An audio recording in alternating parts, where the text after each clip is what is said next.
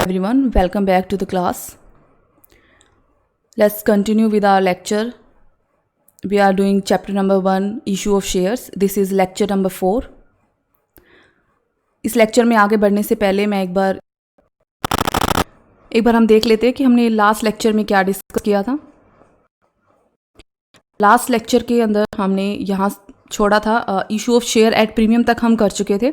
सो हमने ये last lecture में private placement of share 3 ways हैं जो शेयर्स को इशू करने के। प्राइवेट प्लेसमेंट ऑफ शेयर हम डिस्कस कर चुके थे। पब्लिक सब्सक्रिप्शन ऑफ शेयर्स के अंदर हमने issue of share at par and issue of share at premium discuss कर लिया था। आज लेक्चर में हम यहाँ से आगे कंटिन्यू करेंगे। लेक्चर में जो चीज़ें हम डिस्कस करने वाले हैं वो है issue of share at discount, जहाँ पे आपका public subscription of share complete हो जाएगा। वे है शेयर्स को इशू करने का, shares issued for consideration other than cash. And फिर हम करेंगे call in arrear and call in advance. Call in advance बहुत ही इंपॉर्टेंट टॉपिक हैं आपके और ये बड़े ही ध्यान से करने हैं आपको। यहाँ जाने से पहले हम एक बार 2 चीज़ें डिस्कस करेंगे। हमने 3 वेज पढ़े थे शेयर इशू करने के, जिसमें से फर्स्ट था for cash as private placement of shares, second for cash public subscription, and third one था share issued for consideration other than cash. So हम फॉर कैश प्राइवेट प्लेसमेंट कर चुके हैं। फॉर कैश पब्लिक सब्सक्रिप्शन में हम issue of share at par and issue of share at premium कर चुके हैं। आज हम करेंगे issue of share at discount. उसके बाद हम थर्ड वे पढ़ेंगे shares issued for consideration other than cash. तो सबसे पहले हम स्टार्ट करते हैं issue of share at discount. Issue of share at discount का मतलब होता है जब आप शेयर को उसकी फेस वैल्यू से कम प्राइस के ऊपर इशू करते हो, उसे हम कहते हैं issue of share at discount. For example किसी शेयर की फेस वैल्यू 10 रुपये है, 10 रुपये का एक शेयर है, आप इसको 10% डिस्काउंट के ऊपर इशू कर रहे हो या आप 9 रुपये में इशू कर रहे हो, तो ये जो 1 रुपया है, 1 रुपये कम प्राइस के ऊपर इशू कर रहे हो, ये है आपका डिस्काउंट। इसके अलावा आप शेयर को एट पार इशू कर सकते हो, जिसका मतलब है जितनी फेस वैल्यू है उतने ही रुपए में या आप उतने ही प्राइस पे आप उसको इशू कर रहे हो, या आप एट प्रीमियम कर सकते हो, यानी जितनी फेस वैल्यू है उस शेयर की उससे ज़्यादा प्राइस पे आप शेयर को इशू करते हो। डिस्काउंट के ऊपर डिस्काउंट में आप जितनी फेस वैल्यू है शेयर की उससे कम प्राइस के ऊपर शेयर को इशू करते हो। Prohibition on issue of share according to section 53 companies act 2013, अब कोई भी कंपनी पब्लिक को डिस्काउंट के ऊपर शेयर इशू नहीं कर सकती है। अब प्रोहिबिशन, इसको प्रोहिबिट कर दिया गया है। कोई भी कंपनी डिस्काउंट के ऊपर शेयर इशू कर सकती है, बट इन 5 कंडीशन के अंदर ही कर सकती है। तो सेक्शन 53 है ऑफ कंपनीज एक्ट 2013, जिसमें इस चीज़ को प्रोहिबिट किया गया है कि कोई भी कंपनी अब पब्लिक को शेयर इशू नहीं कर सकती डिस्काउंट के ऊपर। हालांकि जो आपका पुराना एक्ट था कंपनीज एक्ट 1956, उसके अंदर कंपनीज को ये राइट था कि वो इशू कर सकती है शेयर पब्लिक को एट ए डिस्काउंट, अगर वो कंपनी लॉ बोर्ड में इस चीज़ को अप्रूव करवा लेती है तो, I think according to section 79। But अभी इस चीज़ को नए कंपनीज एक्ट में पूरी तरह से प्रोहिबिट कर दिया गया है। हालांकि सेक्शन 53 सब सेक्शन 1 में आपको कुछ एक्सेप्शन, ये कहा गया है कि एक्सेप्शन प्रोवाइड कराई गई हैं। सिर्फ कुछ केसेस हैं जिसमें कंपनीज डिस्काउंट के ऊपर शेयर को इशू कर सकती है। तो सेक्शन 54 है जिसमें इन एक्सेप्शंस का जिक्र किया गया है। ये कौन कौन सी कंडीशन है अब हम देखेंगे। सबसे पहले है sweat equity shares, then issue of share to creditors, right issue at discount, initial public offering and offer for sale. एक बात इंपॉर्टेंट है कि इन किसी भी कंडीशन के अंदर कोई भी कंपनी जो है पब्लिक को शेयर इशू नहीं कर रही है। हम यहाँ पे पब्लिक को कोई शेयर इशू नहीं कर रहे हैं, तो पब्लिक को तो कंपनी डिस्काउंट पे शेयर इशू कर ही नहीं सकती। फर्स्ट केस हम देखते हैं स्वेट इक्विटी शेयर्स। हमने पहले डिस्कस किया था स्वेट इक्विटी शेयर्स क्या होते हैं। स्वेट इक्विटी शेयर्स वो शेयर होते हैं जो कंपनी अपने एम्प्लॉयज़ को या अपने डायरेक्टर्स को इशू कर रही है। किसी से आपने किसी की सर्विसेज ली हैं, आपने किसी की इंटेलेक्चुअल प्रॉपर्टी को आपने यूज़ किया है, तो उसमें कैश के बदले में आप उनको शेयर इशू कर सकते हो। तो ये शेयर आप डिस्काउंट के ऊपर इशू उनको करते हो। सेकंड केस जो होता है आपका वो होता है issue of share to creditors. So creditors को आप शेयर इशू करते हो। क्रेडिटर्स, जब आपके क्रेडिटर्स होते हैं तो क्रेडिटर्स को जो आपको पैसा पे करना होता है कंपनी के लिए डेट होता है। तो क्रेडिटर्स क्या कर सकते हैं, वो इस डेट को कंपनीज के शेयर में कन्वर्ट करवा सकते हैं। उनका जो डेट है उसको शेयर्स में कन्वर्ट करा सकते हैं, तो वो शेयर होल्डर बन जाते हैं, तो कंपनी से वो रेगुलर डिविडेंड यहाँ पे ले सकते हैं। लेकिन जिन शेयर्स में वो कन्वर्ट कराते हैं ये शेयर्स वो डिस्काउंट के ऊपर इशू होता है उनको। सो यहाँ पे आप उनको डिस्काउंट शेयर इशू करते हो। इसकी रीजनिंग जो है वो ये दी गई है कि यहाँ पे ये कहा गया है कि जब कंपनी इंसॉल्वेंसी के अंदर जाती है तो उसकी जो इक्विटी वैल्यू होती है वो इरोड हो जाती है। तो जब इक्विटी वैल्यू उसकी इरोड होती है तो उस केस में कंपनी के लोन को जो है उसकी फेस वैल्यू पे आप उस शेयर्स में कन्वर्ट नहीं कर सकते क्योंकि उनकी वैल्यू इरोड हुई है। तो उस केस में क्या होता है, एट ए डिस्काउंट उसको कन्वर्ट किया जाता है। ये जो चीज़ है ये पहले आपके सेक्शन कंपनीज एक्ट 2013 के अंदर ये कंडीशन नहीं थी, जहां आप क्रेडिटर्स को इशू ये कर सकते थे, शेयर इशू कर सकते थे डिस्काउंट पे। ये आपका एक कंपनीज अमेंडमेंट एक्ट आया था, अमेंडमेंट की गई थी इस एक्ट के अंदर।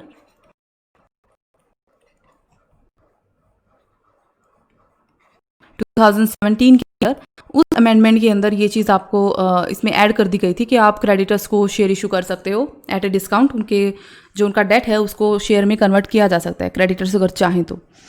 नेक्स्ट, राइट इशू अगर कंपनी करती है। राइट इशू क्या होता है? राइट इशू तब करती है कंपनी जब कंपनी को कुछ एडिशनल कैपिटल की रिक्वायरमेंट होती है।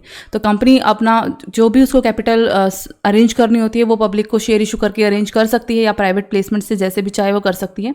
मान लीजिए अब कंपनी को थोड़ी और ग्रोथ करनी है या किसी भी वजह से कंपनी को थोड़ी एडिशनल कैपिटल की ज़रूरत है, तो उस केस में कंपनी क्या कर सकती है? कंपनी जो उसके एग्जिस्टिंग शेयर होल्डर्स हैं, एग्जिस्टिंग शेयर होल्डर को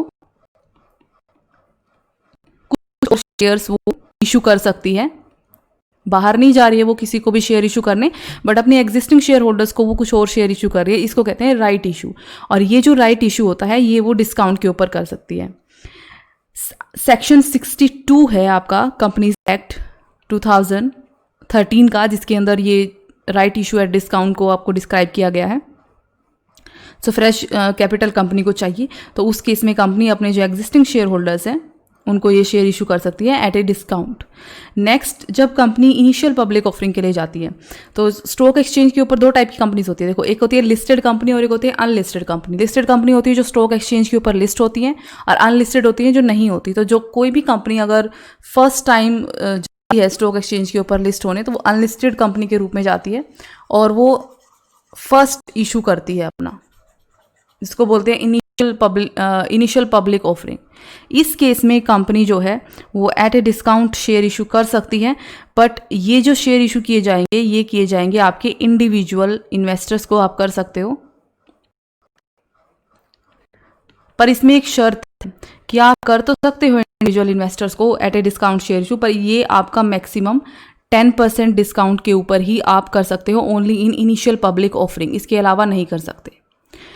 नेक्स्ट आपकी जो फाइनल कंडीशन है वो है offer for cell. Offer for cell जो करती हैं वो करती हैं आपकी जो लिस्ट कंपनी होती हैं ऑलरेडी स्टॉक एक्सचेंज के ऊपर, वो करती हैं एज ए सेलर। अगर उनको अपने शेयर को सेल करना है ट्रांसपेरेंट मैनर में, ताकि वो प्रमोटर्स का जो शेयर है उसको डाइल्यूट कर सके, उस केस में वो ऑफर फॉर सेल के लिए जा सकती हैं। ऑफर फॉर सेल में जो लोग एज ए इन्वेस्टर आते हैं जो परचेज करने के लिए, वो इन्वेस्टर आ सकते हैं, पर वो रिटेल इन्वेस्टर के तौर पर उनको शेयर्स को परचेज करना होता है। तो रिटेल इन्वेस्टर्स के तौर पर आते हैं, उनको कंपनी जो है डिस्काउंट पे शेयर इशू कर सकती है। सो ये 5 कंडीशंस है जिसके अंदर जो है कंपनी शेयर इशू कर सकती है at a discount, but public को कंपनी शेयर इशू नहीं कर सकती according to section 53 of companies act 2013। अभी नेक्स्ट हम जा रहे हैं shares issued for consideration other than cash. So यहाँ तक डिस्काउंट तक हमारा जो फॉर कैश पब्लिक ऑफरिंग वाला जो हमारा पार्ट था वो कंप्लीट हो चुका है। तो 2 चीज़ें हम कर चुके हैं। First, issue of share for cash as private placement and issue of share at cash to public subscription. तो ये 2 चीज़ें हम कंप्लीट कर चुके हैं। अब जो लास्ट और जो थर्ड वे है, आखिरी जो तरीका है जिसके ज़रिए कंपनी जो है शेयर इशू करती है, वो होता है share issued for consideration other than cash. So company क्या करती है, अगर कंपनी मान लीजिए किसी की सर्विसेज यूज़ कर रही है या कंपनी ने किसी से एसेट परचेज की है, तो उसको पेमेंट करनी होती है कंपनी को उसकी सर्विसेज के लिए या एसेट के लिए। इस पेमेंट में हम क्या करते हैं, कैश पे करते हैं।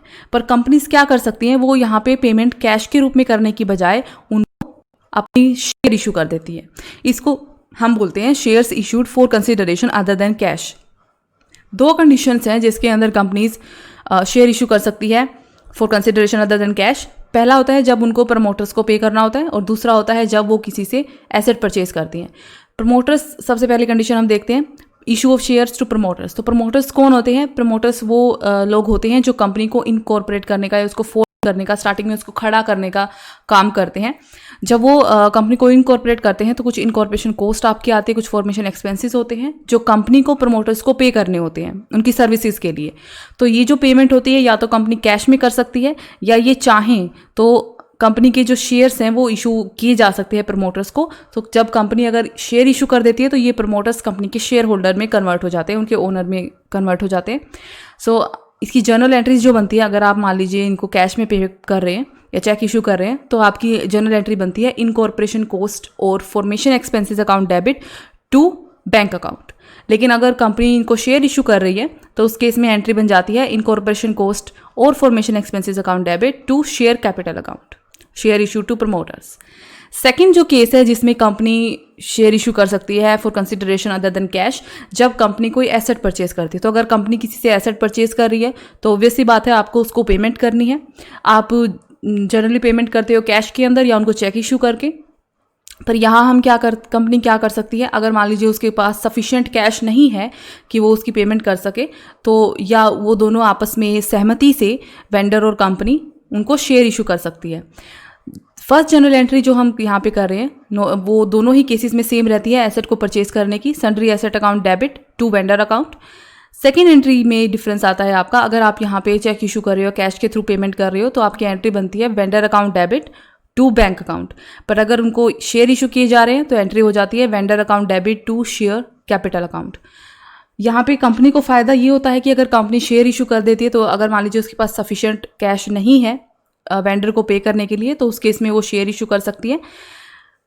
या फिर वेंडर के लिए यहाँ पे फ़ायदा ये होता है कि वेंडर को अगर कैश में पेमेंट हो रही है तो उसके पास एक वन टाइम उसको रिसीव हो रहा है कैश, उस कैश को वो यूज़ कर लेगा, कैश ख़त्म। लेकिन अगर वो उसकी कंपनी के शेयर को ले लेता है अपने एसेट के बदले में, तो ये शेयर भी उसके लिए एसेट का काम करते हैं, वो उसके लिए वेल्थ क्रिएशन का काम करते हैं, क्योंकि उसको टाइम टू टाइम जो है कंपनी से उसके ऊपर डिविडेंड तो मिलेगा ही मिलेगा। साथ ही अगर वो चाहे तो इन शेयर्स को मार्केट में, मान लीजिए शेयर्स की प्राइस बढ़ जाता है या उसको कोई रिक्वायरमेंट पड़ती है आगे जाके, तो इन शेयर्स को वो मार्केट में सेल भी कर सकता है। सो यहाँ पे वेंडर को भी फ़ायदा हो रहा है और यहाँ पे कंपनी को भी फ़ायदा हो रहा है। तो इन दो कंडीशंस के अंदर कंपनी जो है वो शेयर इशू कर सकती है for consideration other than cash. For consideration other than cash का मतलब है कि कंपनी ने किसी की सर्विस ली है या कंपनी ने एसेट परचेज की है, पेमेंट उसको करनी है, पेमेंट में वो पैसा देने की बजाय वो अपने शेयर दे देती है उनको। इसका एक हम प्रैक्टिकल एग्जांपल देख लेते हैं कैसे आप जर्नल एंट्रीज करोगे। सो इलस्ट्रेशन नंबर 4 देखते हैं हम। इलस्ट्रेशन नंबर 4 कहता है कि X limited purchased a running business from Y limited for a sum of 30 lakh rupees payable 40% by check and the balance by the issue of fully paid equity shares of rupees 100 each at a premium of 20%। the asset and liabilities ये आपके दे रखी हैं। तो एक x limited है, दो company से हमारे पास X limited and Y limited. Y limited का ऑलरेडी एक बिजनेस रन कर रहा है, एक्स लिमिटेड ने वाई लिमिटेड का बिजनेस परचेज कर लिया। तो वाई लिमिटेड हमारी यहाँ पे वेंडर है और ये परचेजर है।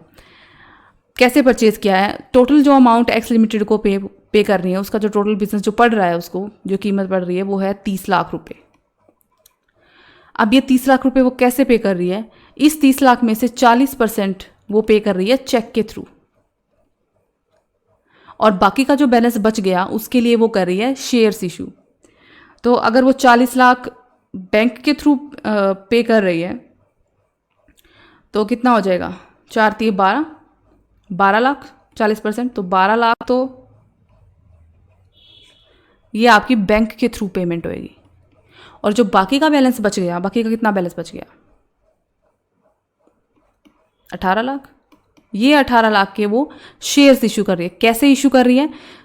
फुली पेड शेयर इशू कर रही है। 100 रुपये का एक शेयर है और 20% उसके ऊपर प्रीमियम है।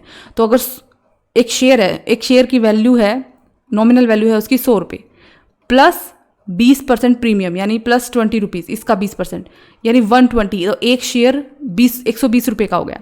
अगर एक शेयर 120 रुपये का है और टोटल 18 लाख रुपये हैं तो शेयर्स कितने हो गए? नंबर ऑफ शेयर हो जाएंगे आपके 15,000। तो 15,000 शेयर्स। तो इस तरह से आपकी company X limited Y limited को पेमेंट कर रही है कि टोटल उसको 30 लाख रुपए देने हैं वाई लिमिटेड को। इसमें से वो 12 लाख 40% जो है वो चेक के थ्रू देगी और जो बाकी के 18 लाख रुपए बच गए उन 18 लाख रुपए के बदले में वो 15,000 शेयर्स 120 रुपये पर शेयर के हिसाब से सामने वाली कंपनी को इशू कर रही है। अब इसकी जर्नल एंट्रीज कैसे होंगी?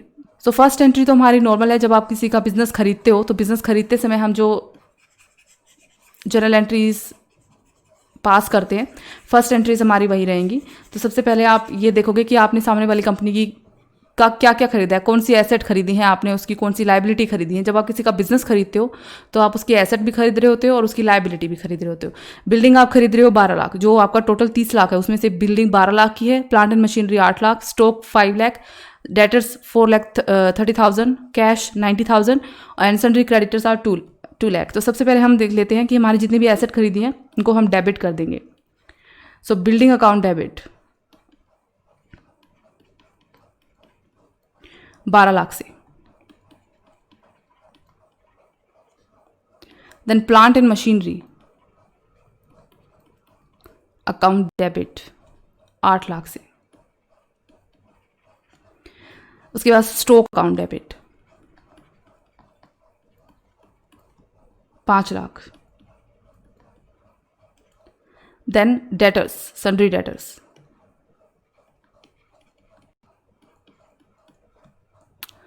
30,000। देन कैश, आप बिजनेस खरीद रहे हो तो उसकी सारी एसेट आपके पास आएंगी। तो ऑब्वियस सी बात है उस बिजनेस में जो कैश पड़ा हुआ है, जो कि बैंक का बैलेंस है, वो भी आपके पास आएगा। तो cash account debit 90,000। Sundry creditors, अब आप उसकी एक जब आप बिजनेस खरीदते हो तो सिर्फ एसेट नहीं खरीदते, आप उस बिजनेस की लाइबिलिटीज़ भी आपकी हो जाती हैं। तो यहाँ पे हमारे पास जो लाइबिलिटी है वो है क्रेडिटर्स और लाइबिलिटी आपकी जाती है क्रेडिट साइड पे।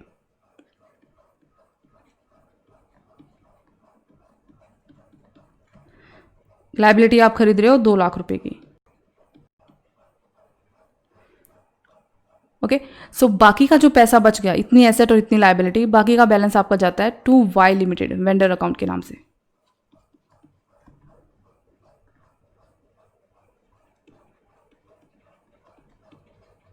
कि इतना पैसा आप उसको दोगे। तो जब आप इतना पैसा पे करोगे इसका मतलब है आप उस फर्म की कैपिटल में इतना पैसा लगाओगे।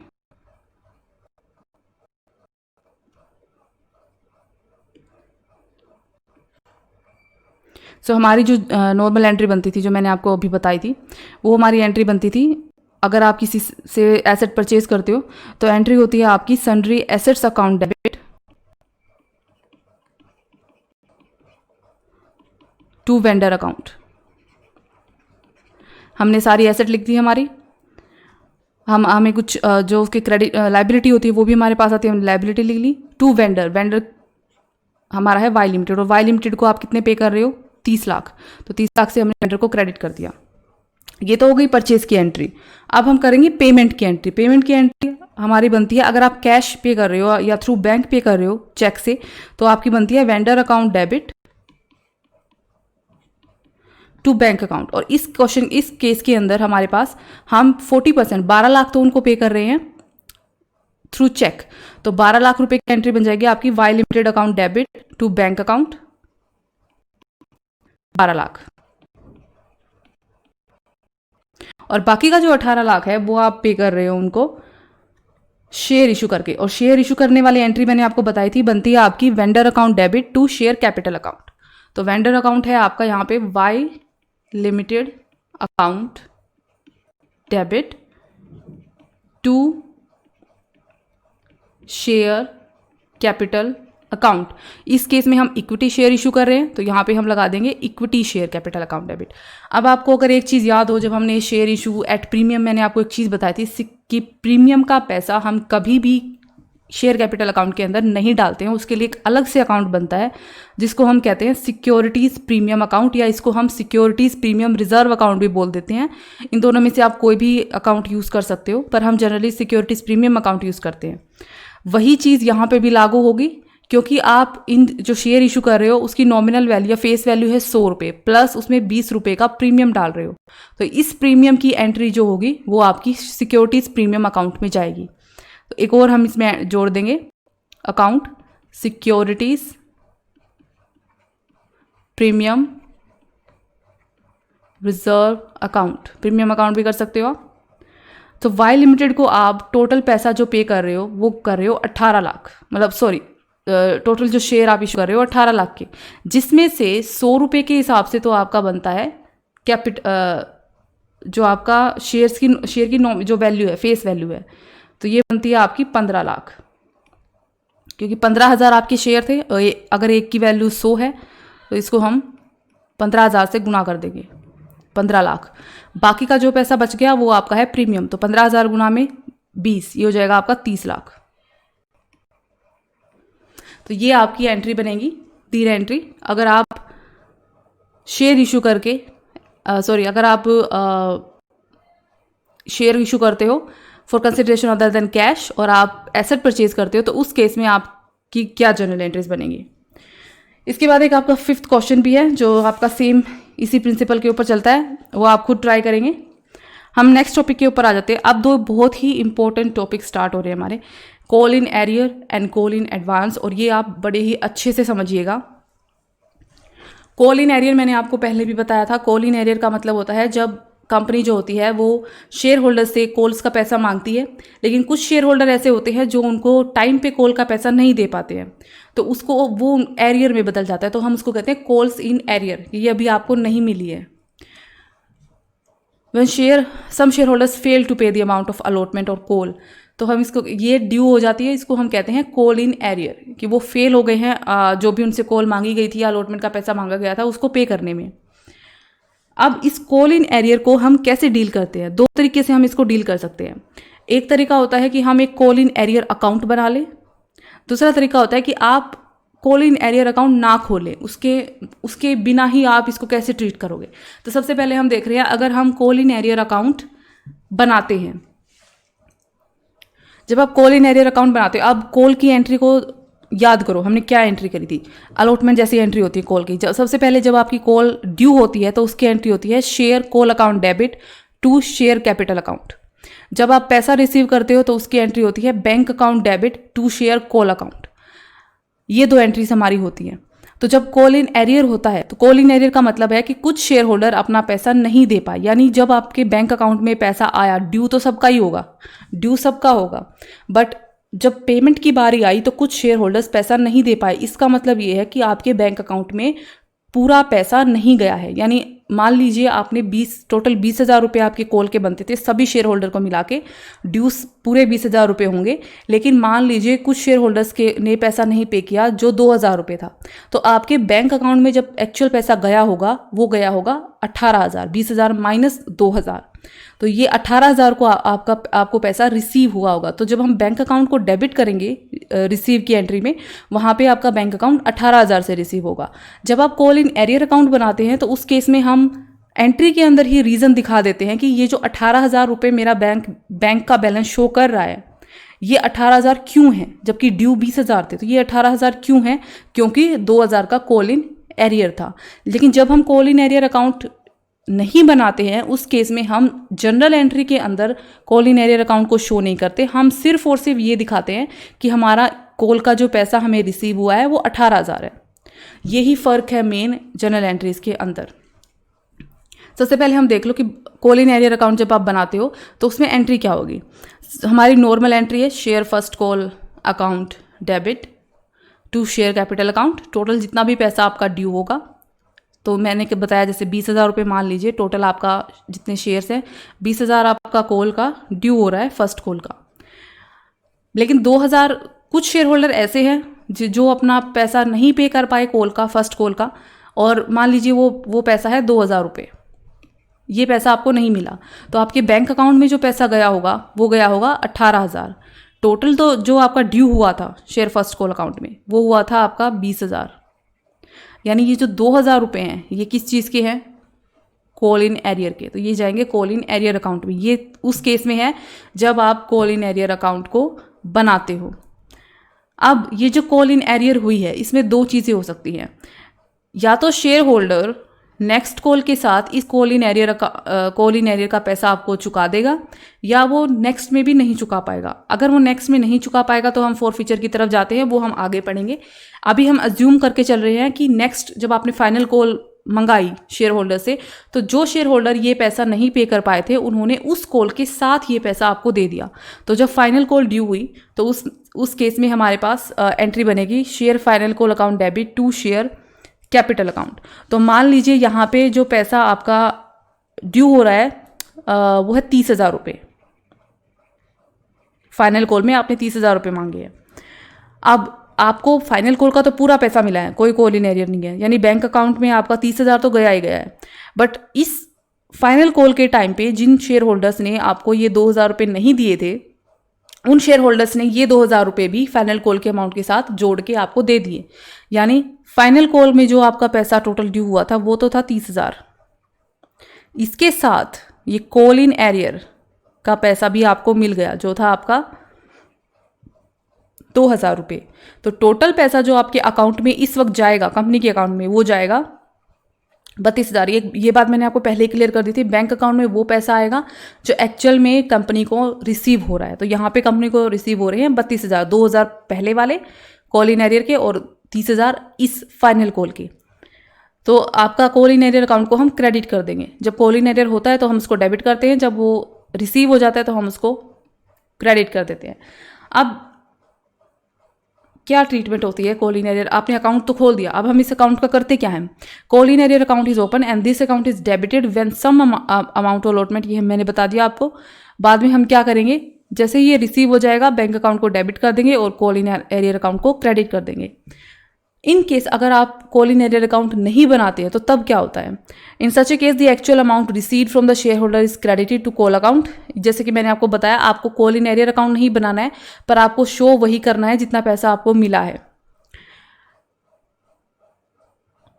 On a subsequent day when the unpaid amount is received, bank account is debited and relevant call account is credited। तो बेसिकली आप यहाँ पे जब हमें पैसा मिल गया तो हमने कॉल इन एरियर अकाउंट को क्रेडिट कर दिया था, पर जब हम कॉल इन एरियर अकाउंट बना ही नहीं रहे हैं, उस केस में जब हमें पैसा मिलता है तो हम इसे शो करते हैं उस अकाउंट के नाम से, उस कॉल के नाम से जिस कॉल का वो पैसा एक्चुअल में एरियर में गया था। अब एक एग्जांपल के तौर पे देख लेते हैं। हम यही लेते हैं कि हमें फर्स्ट कॉल में ड्यू हुआ था 20,000 रुपये जो थे कंपनी ने कॉल किए थे सभी शेयर होल्डर से, और कुछ शेयर होल्डर थे जो 2,000 रुपये नहीं दे पाए। मान लो एक ही शेयर होल्डर था जो 2,000 रुपये नहीं दे पाया। 2,000 रुपये नहीं दे पाया, इसका मतलब आपके बैंक अकाउंट में पैसे आए हैं 18,000। ओके, तो हम कॉल इन एरियर अकाउंट तो बना ही नहीं रहे, तो हम शो ही नहीं करेंगे, तो हमारे पास रिसीव हुए हैं 18,000। Okay, simple. अब इस पर्सन ने ये 2,000 रुपये जो नहीं दिए थे वो ये नेक्स्ट कॉल में, फाइनल कॉल कंपनी ने मांगी इनसे 30,000 की। फाइनल कॉल बनती थी 30,000 की, कंपनी ने सभी शेयर होल्डर से 30,000 रुपये कॉल कर लिए। अब ये जो पर्सन था, ये जो पिछले 2,000 रुपये इसके बचते थे, ये पैसे भी ये नेक्स्ट कॉल के जितने भी पैसे इसके बनते हैं, मान लो 3,000 बनते हैं, उसके साथ जोड़ के इसने कंपनी को पे कर दिए। तो फर्स्ट फाइनल कॉल के कितने पैसे बनते थे? 30,000। पिछले वाले एरियर के कितने बनते थे? 2,000। बैंक में पैसा कितना आया कंपनी के? 32,000।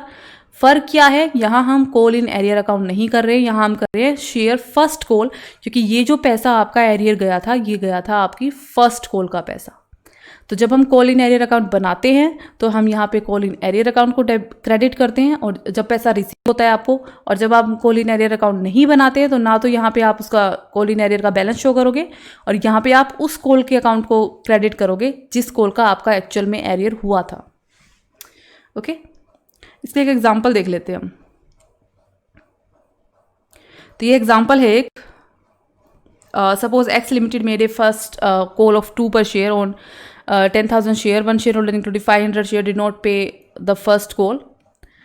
When the company made final call of 3 per share he paid all his arrear. तो वही है कि 10,000 शेयर थे, 2 रुपये पर शेयर आपकी फर्स्ट कॉल बनती थी और 3 रुपये पर शेयर आपकी फाइनल कॉल बनती थी। तो ये 20,000 की हो गई, ये 30,000 की हो गई। कोई एक पर्सन था, कोई एक शेयर होल्डर था जिसने 500 शेयर खरीद रखे थे और वो फर्स्ट कॉल पे नहीं कर पाया, तो 5 दूनी 10, 1,000 रुपये पे नहीं कर पाया। जैसे मैंने यहाँ पे आपको 2,000 रुपये करके बताया, ओके, तो यहाँ पे आपका 1,000 हो जाएगा। अब आगे देखते हैं हम, एक नोट है, पढ़ लेते हैं। Whether the call in arrear account is opened और नोट। अब हम देखेंगे कि आप कॉल इन एरियर अकाउंट बनाओ या ना बनाओ, बट आपको इसको बैलेंस शीट के अंदर तो शो करना पड़ेगा, क्योंकि एक चीज़ हमने पढ़ी थी स्टार्टिंग के अंदर, मैंने आपको बताया था सब्सक्राइब्ड शेयर, और मैंने इसमें बताया था subscribed fully paid and subscribed but not fully paid. उस टाइम में मैंने आपको बताया था बैलेंस शीट के अंदर subscribed but not fully paid के अंदर आपकी कॉल इन एरियर होती है, और कॉल इन एरियर को आप वहाँ पे माइनस करते हो बैलेंस शीट के अंदर। तो the amount of call in arrear is shown as a deduction from the amount of subscribe but not fully paid. तो subscribe but not fully paid का मतलब ही यही है कि इस पर्सन ने ये शेयर सब्सक्राइब तो कर लिए, बट ये इनको फुल्ली पे नहीं कर पाया, मतलब इसकी कॉल की अमाउंट ये पे ही नहीं की, इसने पे नहीं कर पाया, तो कॉल इन एरियर हो गया। On equity and liability side of balance sheet, तो subscribe but not fully paid capital जब आप शो करोगे बैलेंस शीट के इक्विटी और लाइबिलिटी साइड के ऊपर, वहाँ पे आप कॉल इन एरियर के अमाउंट को इसमें से डिडक्ट कर दोगे। This amount is closed when the amount of arrear is received on the or the relevant are forfeited. तो मैंने आपको 2 चीज़ें बताई थी, 2 ही ये सोल्यूशन हो सकते हैं, या तो ये पर्सन अपना पैसा चुका देगा जैसे इसने यहाँ पे किया फाइनल कॉल के साथ। अगर ये यहाँ पे नहीं चुका पाता तो फिर हम शेयर्स को फॉरफिट कर देते हैं। फॉरफीचर वाला हम डिटेल में आगे पढ़ेंगे, एक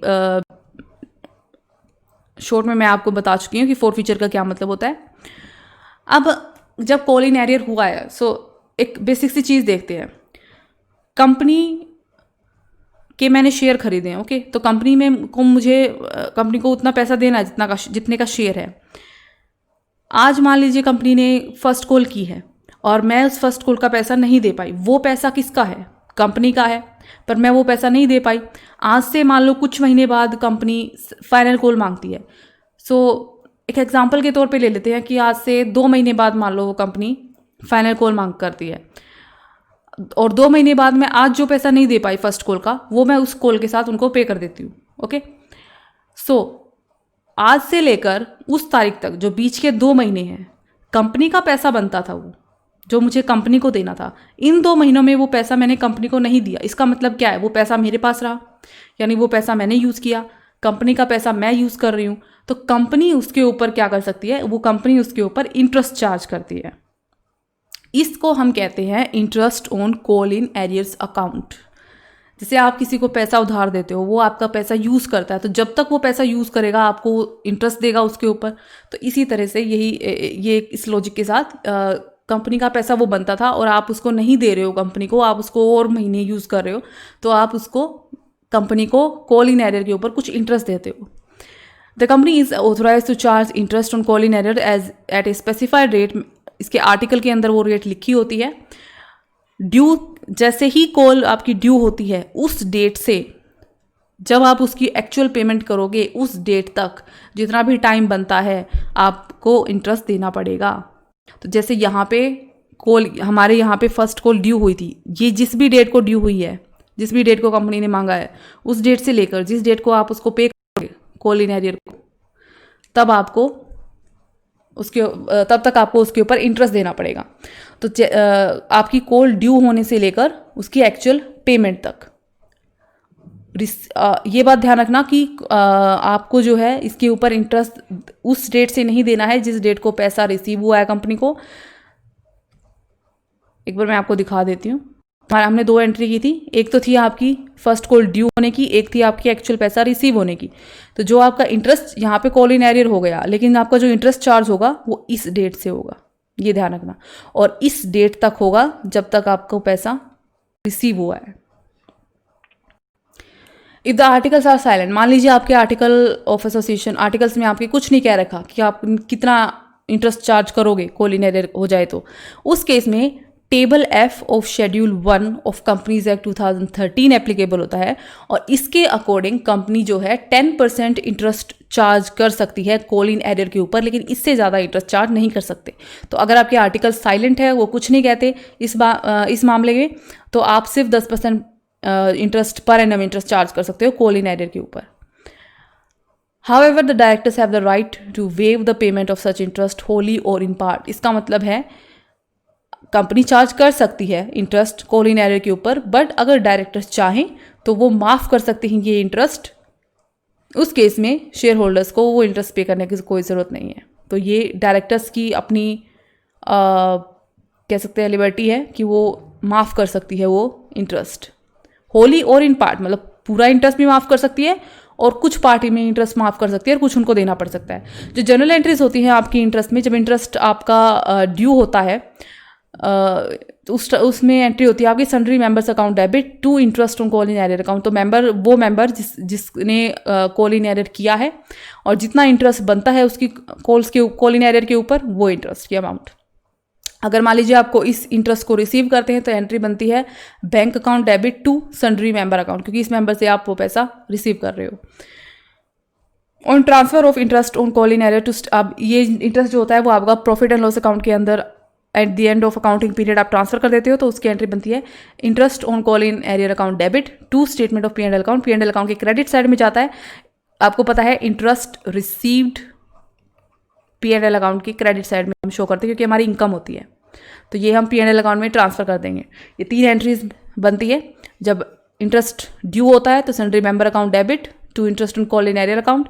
जब आप इंटरेस्ट को रिसीव करते हो तो बैंक अकाउंट डेबिट, क्योंकि आपके पास पैसा आ रहा है, टू सन्ड्री मेंबर्स अकाउंट। और जब आप इंटरेस्ट को P&L के अंदर ट्रांसफर करते हो अकाउंटिंग पीरियड के एंड में, तो आपका बनता है एंट्री बनती है interest on call in arrear account debit to statement of profit and loss account. अब हम एक इलस्ट्रेशन देखेंगे जिसमें ये इंटरेस्ट वाली जो चीज़ है वो क्लियर हो जाएगी आपको। एक चंद्रा लिमिटेड है, इसने, अच्छा आप एक जब भी आप क्वेश्चन करें तो ये बात हमेशा ध्यान रखिएगा कि क्वेश्चन के अंदर आप इक्विटी शेयर इशू कर रहे हैं या आप प्रेफरेंस शेयर इशू कर रहे हैं, तो जो भी आप शेयर इशू कर रहे हैं आप हमेशा उस शेयर का नाम लिखेंगे। तो अगर आप इक्विटी शेयर इशू कर रहे हो तो आप इक्विटी शेयर कैपिटल अकाउंट इस तरह से करेंगे, और अगर आप प्रेफरेंस शेयर इशू कर रहे हो तो प्रेफरेंस शेयर कैपिटल अकाउंट पूरा नाम आप लिखेंगे। चंद्रा लिमिटेड है, उसने 15,000 प्रेफरेंस शेयर इशू करे हैं। 100 रुपये का एक शेयर है, लेकिन वो 5% प्रीमियम के साथ इशू कर रहा है। अब हमें देखना है ये प्रीमियम एप्लीकेशन के साथ मांग रहा है या प्रीमियम अलॉटमेंट के साथ मांग रहा है। अगर कुछ नहीं कह रखा हो तो हम मान के चलते ये अलॉटमेंट के साथ मांगा गया। पेमेंट्स कैसे मेड की हैं? 25 रुपये आप एप्लीकेशन पे दे रहे हो, 45 रुपये आप अलॉटमेंट पे दे रहे हो और 35 रुपये फर्स्ट एंड फाइनल कॉल के ऊपर दे रहे हो। तो अब अगर हम इनका टोटल करेंगे तो ये बनेगा 5%। अगर हम इसका प्रीमियम निकालते हैं तो ये हो जाता है आपका 5 रुपये, ठीक है। 25 रुपये मान लीजिए एप्लीकेशन के, और मान लो अलॉटमेंट के साथ प्रीमियम दे रहे हो तो 40 रुपये अलॉटमेंट, ये प्रीमियम अगर हम घटा देते हैं तो, और 35 रुपये हो गए आपके first and final call. First and final call का मतलब है एक ही कॉल आप मांग रहे हो, फर्स्ट एंड फाइनल कॉल, इसका मतलब है एक ही कॉल है, पहली और वही आखिरी है। ये टोटल अगर आप इसको टोटल करो तो ये बनता है आपका 100 रुपये, यानी ये जो 5 रुपये हैं यहाँ पे अलॉटमेंट के साथ प्रीमियम के मांगे गए हैं, तो प्लस 5, 105 का टोटल आप शेयर इशू कर रहे हो। The application for 14,000 shares were received and all were accepted. Under subscription है। अच्छा, एक under subscription and over subscription का कॉन्सेप्ट हम नेक्स्ट लेक्चर में पढ़ेंगे, बहुत इंपॉर्टेंट कॉन्सेप्ट है। बट अंडर सब्सक्रिप्शन में एक ये चीज़ होती है कि जितने शेयर्स के लिए आपको सब्सक्राइब किया गया है उतने शेयर्स के लिए आप इशू कर दो। बट वो 90% वाली हमें शर्त देखनी होती है कि हमें जो मैंने आपको बताया था एप्लीकेशन के टाइम पे एटलीस्ट 90% जो है सब्सक्रिप्शन होना चाहिए, तो यहाँ पे वो शर्त पूरी हो रही है। All were accepted, all the money was duly receive, सब कुछ रिसीव हो गया except the first and final call 200 share. तो कोई पर्सन था जो 200 शेयर जिसने खरीदे थे और वो 200 शेयर के ऊपर ये कॉल का पैसा, ये 35 रुपये नहीं दे पाया। Give the necessary general entries and prepare cash book of the company, also give the opening balance sheet of the company. तो हमें यहाँ पे एक नई चीज़ है, हमें सारी जनरल एंट्रीज तो बतानी है, पर यहाँ हमें एक कॉन्सेप्ट इन्होंने ऐड कर दिया कैश बुक का। कैश बुक का आपको पता है, जितनी भी आपकी कंपनी की कैश से रिलेटेड एंट्री होती है वो सारी की सारी उसकी कैश बुक के अंदर दर्ज होती है। तो जब हम यहाँ पे हमारी कैश बुक हमें मेंटेन करने के लिए बताई गई है, तो इसका फ़र्क ये पड़ेगा कि जितनी भी एंट्रीज में हम कैश या बैंक शब्द का यूज़ करते हैं वो सारी एंट्री आपकी कैश बुक के अंदर दर्ज की जाएंगी। जनरल एंट्रीज में हम उसका जिक्र नहीं करेंगे। तो जैसे हमारी एंट्री होती है जब हम एप्लीकेशन रिसीव करते हैं, तो सबसे पहले एंट्री होती है bank account debit to application account. तो यहाँ पे हमें पैसा मिल रहा है, तो ये एंट्री हम जनरल बुक्स के अंदर नहीं करेंगे, सीधा हम कैश बुक के अंदर कैश बुक को डेबिट कर देंगे एप्लीकेशन शेयर एप्लीकेशन अकाउंट से। सिर्फ यही एक फ़र्क पड़ेगा इस चीज़ का, और कोई फ़र्क नहीं पड़ेगा। तो अब हम इस क्वेश्चन को करते हैं, और सबसे पहले हम स्टार्ट करते हैं हमारी, यहाँ मैं बना लेती हूँ कैश बुक।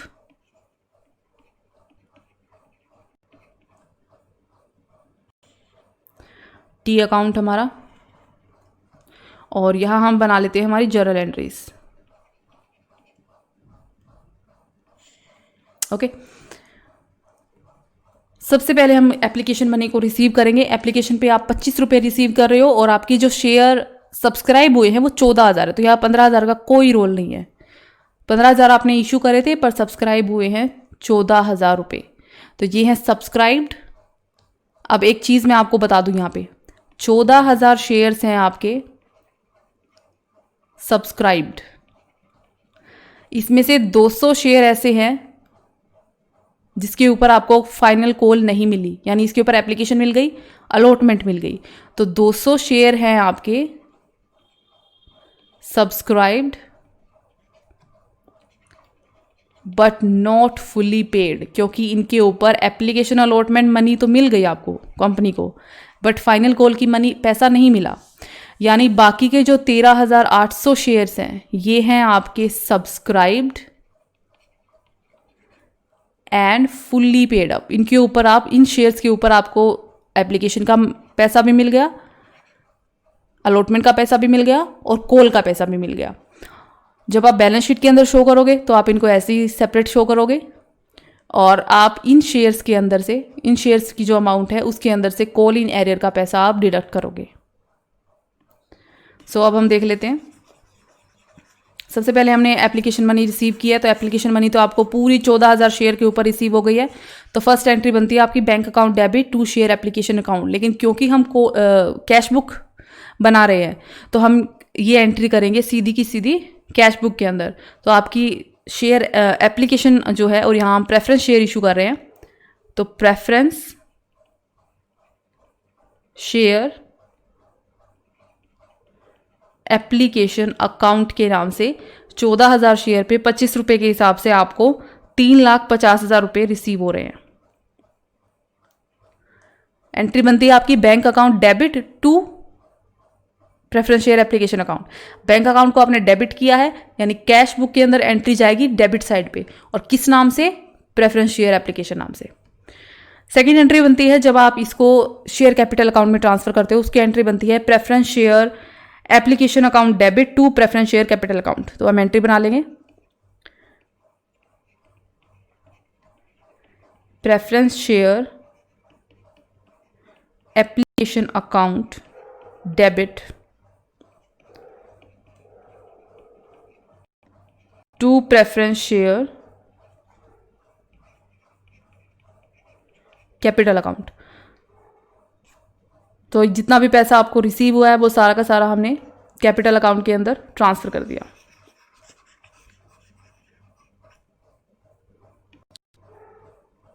$3,50,000।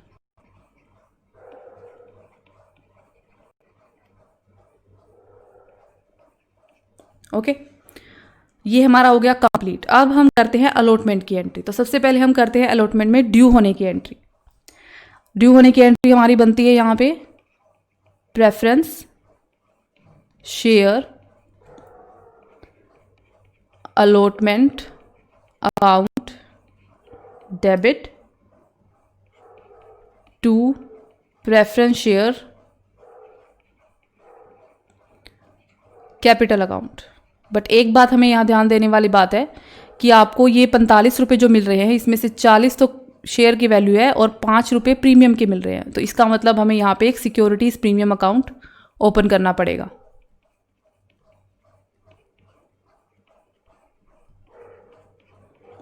ऑलराइट, यहाँ हम लिख देंगे allotment due on 14,000 share at the rate 45 पर share with 5 rupees of premium. तो ये आप यहाँ पे रीज़न पूरा हमेशा हर एंट्री के साथ आपको लिखना पड़ेगा। Application money due, application money received. तो ये हमारा हो जाएगा। अब अलॉटमेंट के बनते कैसे, कितने हैं, 14,000 हैं। 14,000 शेयर नाम है 45, टोटल पैसा आपको जो ड्यू हो रहा है वो 45 रुपये के हिसाब से हो रहा है। 45 को मैं इस 14,000 से गुना करूंगी तो मुझे मिल जाएंगे 6,30,000। तो 6,30,000 टोटल अमाउंट है जो आपकी ड्यू हो रही है। इस 6,30,000 में से 14,000 गुना 40, 5,60,000 ये तो है आपकी कैपिटल, जो शेयर कैपिटल में जाएगी। और जो बाकी के 70,000 रुपये बच गए, 14 पंजे 70, ये 70,000 आपके जाएंगे, ये प्रीमियम के हैं तो सिक्योरिटीज प्रीमियम अकाउंट में जाएंगे। अब नेक्स्ट एंट्री बनती है जब आप अलॉटमेंट का पैसा रिसीव करते हो तो उसकी सिंपल एंट्री बनती है bank account debit to preference share allotment account.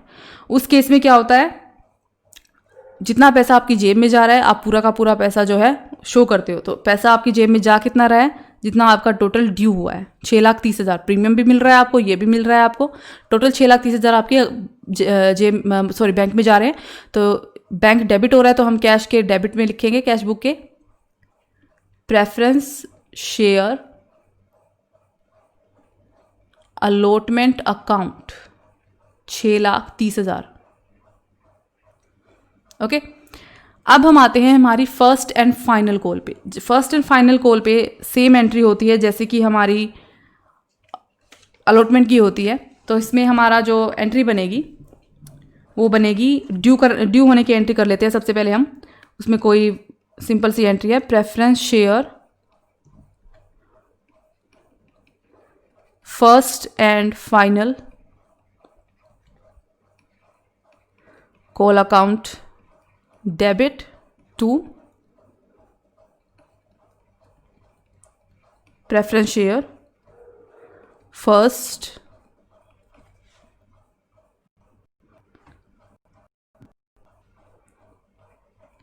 and final call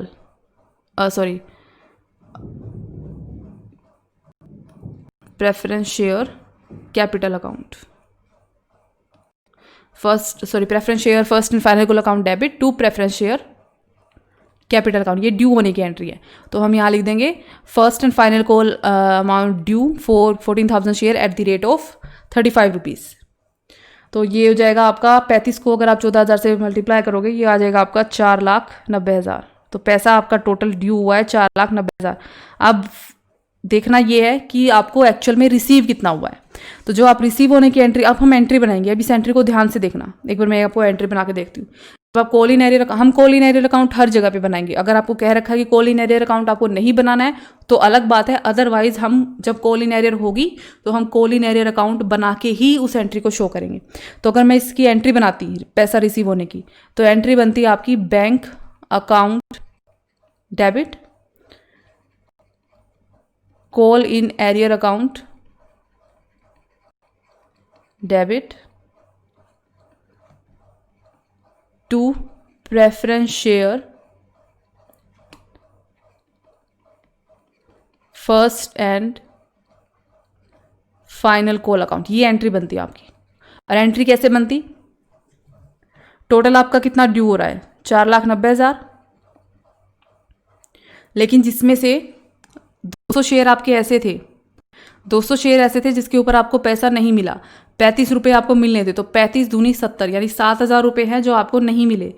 7,000 हो गया आपका कॉल इन एरियर, तो ये 7,000 आ गया आपका यहाँ।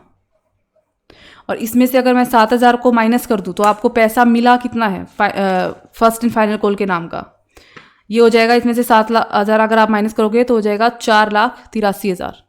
ये एंट्री बनती है हमारी। ओके, ये एंट्री बनती, पर हम कैश बुक मेंटेन कर रहे हैं। तो इसका मतलब यह क्या है, ये पैसा रिसीव होने वाली एंट्री कैश बुक में होगी। तो अगर यहाँ से ये चीज़ जाएगी, ये चीज़ यहाँ से जाएगी जनरल एंट्रीज में से, तो ये एंट्री क्या बचेगी, कॉल इन एरियर तो हमें शो करना पड़ेगा। Call in arrear bank account की एंट्री नहीं है, ये पैसा आपको रिसीव नहीं हुआ है, तो ये हम कैश बुक में तो शो नहीं कर सकते। तो अगर वो वाली एंट्री चलेगी 4,83,000, तो यहाँ क्या बैलेंस आएगा, यहाँ आएगा आपका 7,000 का बैलेंस, क्योंकि ये 4,83,000 preference share first and final call account के नाम से ही कैश बुक के अंदर जा रहे हैं, तो यहाँ एंट्री हो जाएगी 7,000 की इतना कॉल इन एरियर हुआ है आपका। और जो पैसा रिसीव हुआ है आपको 4,83,000, वो एंट्री आपकी जाएगी यहाँ पे। और किस नाम से जाएगी? Preference share first and final call account, 4,83,000, ये एंट्री यहाँ चली जाएगी। तो जो पैसा रिसीव होने वाली एंट्री है वो हमने कैश बुक में डाल दी, लेकिन जो कॉल इन एरियर है वो हमें, पैसा तो रिसीव हो नहीं रहा है तो उसकी एंट्री तो हमें शो करनी पड़ेगी। कॉल इन एरियर अकाउंट बनाना है तो call in arrear account debit to preference share first and final 7,000 journal के अंदर कर दी। इसका हम टोटल कर लेंगे, इस साइड का डेबिट साइड का, ये टोटल आएगा 14,63,000। यहाँ हो जाएगा आपका बाई, ये बैलेंस है आपका, बैलेंस सीडी। तो जो आप एसेट के अंदर कैश एंड कैश बैलेंस जो आप दिखाएंगे वो हो जाएगा 14,63,000। ओके, अब हमें और क्या करना है इस क्वेश्चन के अंदर? अब हमें एक बैलेंस शीट बना के दिखानी है, ओपनिंग बैलेंस शीट। तो आपको पता है बैलेंस शीट में क्या करना है। सबसे पहले इक्विटी एंड लायबिलिटी के अंदर हम शेयर कैपिटल दिखाएंगे। शेयर कैपिटल के नाम पे हमारे पास जो पैसा है, जितना भी आपने शेयर कैपिटल अकाउंट के अंदर पैसा डाला है वो सारा का सारा आप टोटल कर लोगे, जितना भी पैसा जा रहा है। ओके, सिर्फ कॉल इन एरियर को आपको माइनस करके शो करना है। सारा का सारा आप इक्विटी एंड लायबिलिटी साइड पे शो करोगे शेयर कैपिटल के अंदर। इसको आप टोटल करोगे तो ये बनेगा आपका 13,93,000 plus reserve and surplus. Reserve and surplus के अंदर हम सिक्योरिटीज प्रीमियम का पैसा दिखाते हैं 70,000। ये लायबिलिटी साइड है, इक्विटी एंड लायबिलिटी साइड। इसके अलावा जब आप एसेट में शो करोगे तो एसेट में हम शो करेंगे, क्योंकि हमारे पास एक ही एसेट है, ये cash and cash equivalent, cash book आपने बनाई है, ये हो जाएगा 14,63,000। इन दोनों का बैलेंस बराबर आएगा। अब एक चीज़ मैं आपको और थोड़ा क्लियर कर देती हूँ कि ये 13,93,000 हमारे आए कैसे हैं। तो एप्लीकेशन आपने जितने शेयर्स की दी थी वो थी आपकी 15,000 शेयर 100 रुपये के हिसाब से। तो आपकी जो इशूड कैपिटल थी, यहाँ पे हम नोट्स बना लेंगे, एक बार मैं आपको डिटेल में बता देती हूँ कि आए कैसे हैं। सबसे पहले आपकी इशूड कैपिटल देखिए, इशूड आपने की थी, इशू किए थे आपने 15,000 शेयर और एक शेयर की नॉमिनल वैल्यू है 100 रुपये, यानी आपकी इशूड कैपिटल बनती है 15 लाख। कंप्लीट। अब मैंने आपको बताया था आपके पास सब्सक्राइब हुए थे 14,000, जिसमें से सब्सक्राइब्ड एंड फुल्ली पेड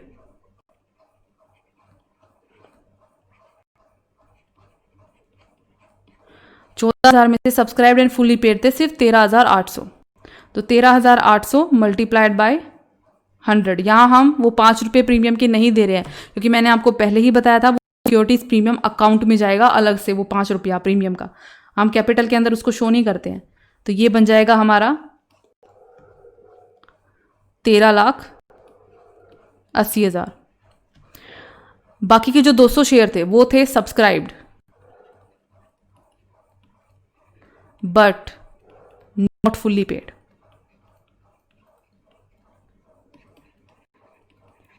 तो 200 शेयर थे, 100 रुपये का एक शेयर,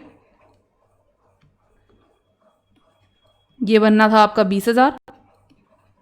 लेकिन मैंने आपको बताया इसमें से हम क्या माइनस कर देंगे, call in arrear. Subscribe but not fully paid में से हम कॉल इन एरियर को माइनस कर देते हैं। ये आपको 200 शेयर पे 100 रुपये के हिसाब से पैसा मिलना था, बट 35 रुपये तो आपको मिले ही नहीं फाइनल कॉल के। एप्लीकेशन मिल गई, अलॉटमेंट मिल गई, पर वो 35 रुपये फाइनल कॉल वाले आपको नहीं मिले, यानी वो 35 दूनी 70। 200 शेयर्स पे 35 रुपये के हिसाब से नहीं मिला आपको 7,000 रुपये। तो आपको एक्चुअल में मिले कितने, 13,000। इन दोनों को आप प्लस कर दो, ये हो जाएगा आपका 13,93,000। ये हो गया आपका शेयर कैपिटल का बैलेंस। रिजर्व एंड सरप्लस में आप जब बनाओगे रिजर्व एंड सरप्लस, तो इसमें आप डालोगे सिक्योरिटीज प्रीमियम जो कि है आपका, हमने ऑलरेडी कैलकुलेट कर रखा है 70,000 रुपये। ओके, तो इस तरह से ये निकलेगा।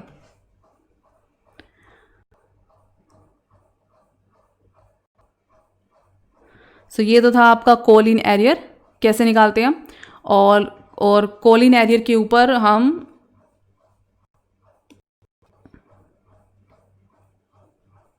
इंटरेस्ट अगर आपको रिसीव होगा तो कैसे रिसीव होगा।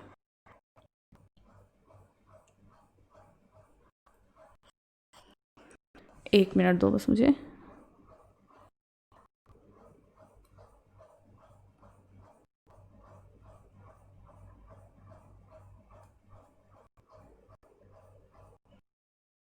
राइट, तो कॉल इन एरियर का मतलब होता है जब आपने, कंपनी ने अपने शेयर होल्डर से पैसा मांगा, अलॉटमेंट का हो या कॉल्स का हो, और वो नहीं दे पाए, तो वो एरियर में बदल जाती है, तो हम उसको कहते हैं कॉल इन एरियर। अगर वो पैसा दे देता है नेक्स्ट कॉल के साथ तो हम उसको रिसीव कर लेते हैं। जब तक वो पैसा आपको नहीं मिलता तो ड्यू होने से लेकर जब आपको एक्चुअल में पैसा मिलेगा उस डेट तक आप उसके ऊपर इंटरेस्ट चार्ज कर सकते हो, जिसकी रेट है 10%। अगर आपके आर्टिकल्स में कुछ नहीं कह रखा, अगर आपके आर्टिकल्स में आपने कोई रेट डिसाइड कर रखी है तो उसके हिसाब से आप लेते हो। डायरेक्टर्स चाहें तो उस रेट को, मतलब चाहें तो इंटरेस्ट को लेने से मना, मतलब उनको छूट दे सकते हैं, पूरी की पूरी छूट भी दे सकते हैं और उसमें से कुछ % छूट भी दे सकते हैं। अब हम करते हैं call paid in advance. Call paid in advance call in arrears का रिवर्स है। कॉल इन एरियर का मतलब होता है आपने कॉल मांगी और आपको नहीं मिली। कॉल पेड इन एडवांस का मतलब है आपने कॉल मांगी नहीं और फिर भी आपको मिल गई। क्या मतलब होता है, जैसे मान लीजिए फर्म ने फर्स्ट कॉल मांगी, कुछ शेयर होल्डर ऐसे होते हैं वो सोचते हैं कि हम फाइनल कॉल का पैसा क्यों ना फर्स्ट कॉल के साथ ही दे दे, बाद में झंझट ही छूट जाएगा। आपको कुछ आप याद रखने की जरूरत ही नहीं है कि फाइनल कॉल आ रही है, मेरे पास पैसा रखा हुआ है, फर्स्ट कॉल के साथ ही मैं फाइनल कॉल का पैसा भी दे देती हूँ। तो इसको कहते हैं पेड इन एडवांस, यानी कंपनी को एडवांस में उस कॉल का पैसा मिल रहा है जो उन्होंने नहीं मांगे, जो नेक्स्ट में वो मांगने वाले थे। अब इसमें एक चीज़ है, जैसे मान लीजिए कॉल इन एरियर होती है, तो कॉल इन एरियर में मान लो मैं शेयर होल्डर हूँ, अब मैंने कंपनी का पैसा बनता था, मैंने नहीं दिया, तो उसके ऊपर जब तक मैं दूंगी तब तक मुझे इंटरेस्ट पे करना पड़ेगा उस डेट तक। ठीक है, ऐसे ही कॉल पेड इन एडवांस, मुझे आज से 6 महीने बाद कॉल पे करनी थी और मैंने आज ही कंपनी को दे दी, तो इसका मतलब क्या है, पैसा मेरा बनता है, अभी तो कंपनी का ड्यू ही नहीं हुआ तो पैसा तो मेरा था। तो जब तक उस कॉल को पे करने की एक्चुअल डेट नहीं आएगी तब तक अब कंपनी को इंटरेस्ट मुझे देना पड़ेगा। तो कॉल इन एरियर के अंदर शेयर होल्डर इंटरेस्ट देता है कंपनी को, और एडवांस जब अगर शेयर होल्डर पे कर देता है कॉल तो उस शेयर होल्डर को मिलता है interest call paid in advance के ऊपर। तो एक बार हम इसके लिए थोड़ा सा बारे में पढ़ लेते हैं। सेक्शन 50 के अंदर, सेक्शन 50 ऑफ कंपनीज एक्ट के अंदर बताया गया है, such amount of call in advance can be accepted by company only when it is so authorised bye it's article of association. बहुत इंपॉर्टेंट है, अगर कंपनी के आर्टिकल ऑफ एसोसिएशन के अंदर ये कह रखा है कि उसको वो कॉल इन एडवांस ले सकती है तभी कंपनी उसको एक्सेप्ट करेगी, otherwise company call in advance को एक्सेप्ट नहीं करेगी। Alright, when the amount of call in advance is received it is credited to a non। अच्छा, अब एक चीज़ है, जब आपकी कॉल इन एरियर होती है तो हम कॉल इन एरियर अकाउंट को डेबिट में शो करते हैं, ऑलराइट, लेकिन जब आपकी कॉल इन एडवांस होती है तो हम उसको क्रेडिट में शो करते हैं, क्योंकि ये एक तरह से लाइबिलिटी है फर्म के लिए। फर्म के लिए ये लाइबिलिटी है कि आपको एडवांस में पैसा मिल गया, अब आपको ये आपकी एक लाइबिलिटी बन जाती है। Okay, so call in advance हो गया आपका, और इसके ऊपर आपको इंटरेस्ट भी पे करना पड़ेगा। सो आपकी जो एंट्री बनती है वो कॉल इन एरियर से बिल्कुल रिवर्स बनती है, bank account debit to call in advance account. Call in advance account is shown on the equity and liability side. Same चीज बैलेंस शीट की इक्विटी लायबिलिटी में जाते हो, करंट लायबिलिटी के अंदर आप शो करते हो, क्योंकि अब ये आपकी लायबिलिटी बन गई है, आपको एडवांस में पैसा मिला है कंपनी को, ये उसकी लायबिलिटी बन गई है। इन फ्यूचर व्हेन जब आप when the call is made by director, जब एक्चुअल में आप कॉल को ड्यू करोगे तो एंट्री तो सेम बनती है, share call account debit to share capital account. When the amount become due on call on all shares including those on which the call has been received in advance, मतलब जब वो call actual में due होगी तो जब आप उसकी entry बनाओगे तो आप टोटल शेयर दिखाओगे, चाहे उसका पैसा आपको पहले मिल चुका हो, लेकिन ड्यू करते समय आप दिखाओगे कि मान लीजिए 2000 शेयर थे और कोई पर्सन था जिसने 100 शेयर खरीद रखे थे, उसने फर्स्ट कॉल के साथ ही फाइनल कॉल का पैसा दे दिया। अब जब फाइनल कॉल ड्यू होगी तो टोटल थे 2000 शेयर, 100 जिसने 100 शेयर खरीदे थे उसने पैसा चाहिए तभी दे दिया हो, लेकिन जब कॉल ड्यू होगी तो वो पूरे 2000 शेयर के ऊपर ही ड्यू करेंगे। और जब कंपनी जो है पैसा मतलब जब कंपनी पैसा मांगेगी, जब रिसीव होगा पैसा, तो वहाँ एंट्री बनेगी बैंक अकाउंट डेबिट, जितना पैसा आया, to share capital call account. But बीच में ये कॉल इन एडवांस आ जाएगा। एक्चुअल पैसा जो कंपनी को मिलेगा वो इस कॉल इन एडवांस का पैसा काट के मिलेगा, क्योंकि इसका पैसा तो उसको पहले ही रिसीव हो चुका है। अब मैं एक एग्जांपल के साथ बताती हूँ, कंफ्यूज होने की बिल्कुल ज़रूरत नहीं है। एक एग्जांपल लेते हैं हम, वही 20,000 वाला। ऑलराइट, सो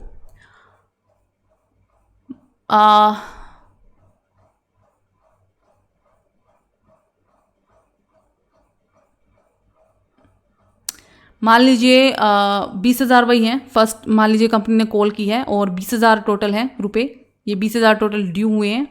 ऑलराइट, और कोई पर्सन है जिसने कॉल इन एडवांस का पैसा जो है वो कंपनी को पे कर दिया है, मान लो 2,000 रुपये। तो जब वो एक्चुअल में ड्यू होगी, वो पैसा तो पहली कॉल के साथ उसको रिसीव हो गया, उसके साथ एंट्री हो जाएगी। बट जब वो एक्चुअल में ड्यू होगा, वो 2,000 वाला मान लो 18, तो उस केस में क्या होगा, कुछ पैसा जो मान लो 20,000 था टोटल, उसमें से 2,000 ऐसे थे जो एडवांस के नाम पे पहले ही उस पर्सन ने पे कर दिए। तो टोटल ड्यू कितने हुए हैं, 20,000। इसमें से कॉल इन एडवांस के नाम पे पहले ही कितने पे कर चुका है पर्सन, 2,000। तो आज की डेट में कंपनी के बैंक में कितना पैसा जाएगा, सिर्फ 18,000, क्योंकि ये जो 2,000 रुपये थे ये तो पहले ही किसी कॉल के अंदर वो कंपनी को दे चुका है। तो आज की डेट में जब ये कॉल एक्चुअल में ड्यू हुई है, फाइनल कॉल, उसको जो पैसा मिलेगा वो है 18,000। अब मैं एक चीज़ करती हूँ, कॉल इन एरर और कॉल इन एडवांस दोनों केस आपके सामने आमने सामने रख के आपको दिखाती हूँ कि डिफरेंस होता है। मैं नहीं चाहती आप इसमें बिल्कुल भी कंफ्यूज हो जाओ। ओके, अब ध्यान से देखना क्या फ़र्क पड़ता है कॉल इन एरियर और कॉल इन एडवांस का।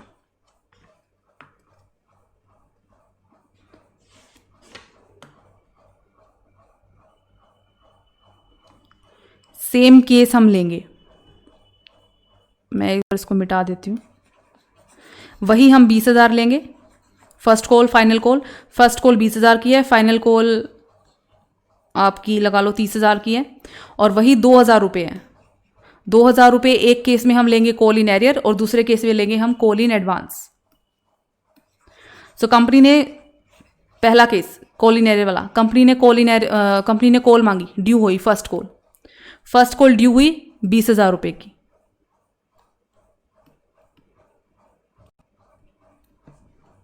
कंप्लीट, मान लो दोनों कॉल 20,000 की थी। फर्स्ट कॉल भी 20,000 की है सिंपल करने के लिए, और सेकंड कॉल भी 20,000 की है। इतना क्लियर है। जब पैसा देने की बारी आई तो कोई पर्सन था जिसके पास मान लो 2,000 शेयर हैं टोटल, और एक शेयर की कीमत है 10 रुपये। ठीक है, तो 20,000 के हिसाब से बन गया, मतलब 10 रुपये की कॉल है दोनों। कोई पर्सन था जिसके पास 200 शेयर थे, ए नाम है इस आदमी का, इसने 200 शेयर खरीदे थे।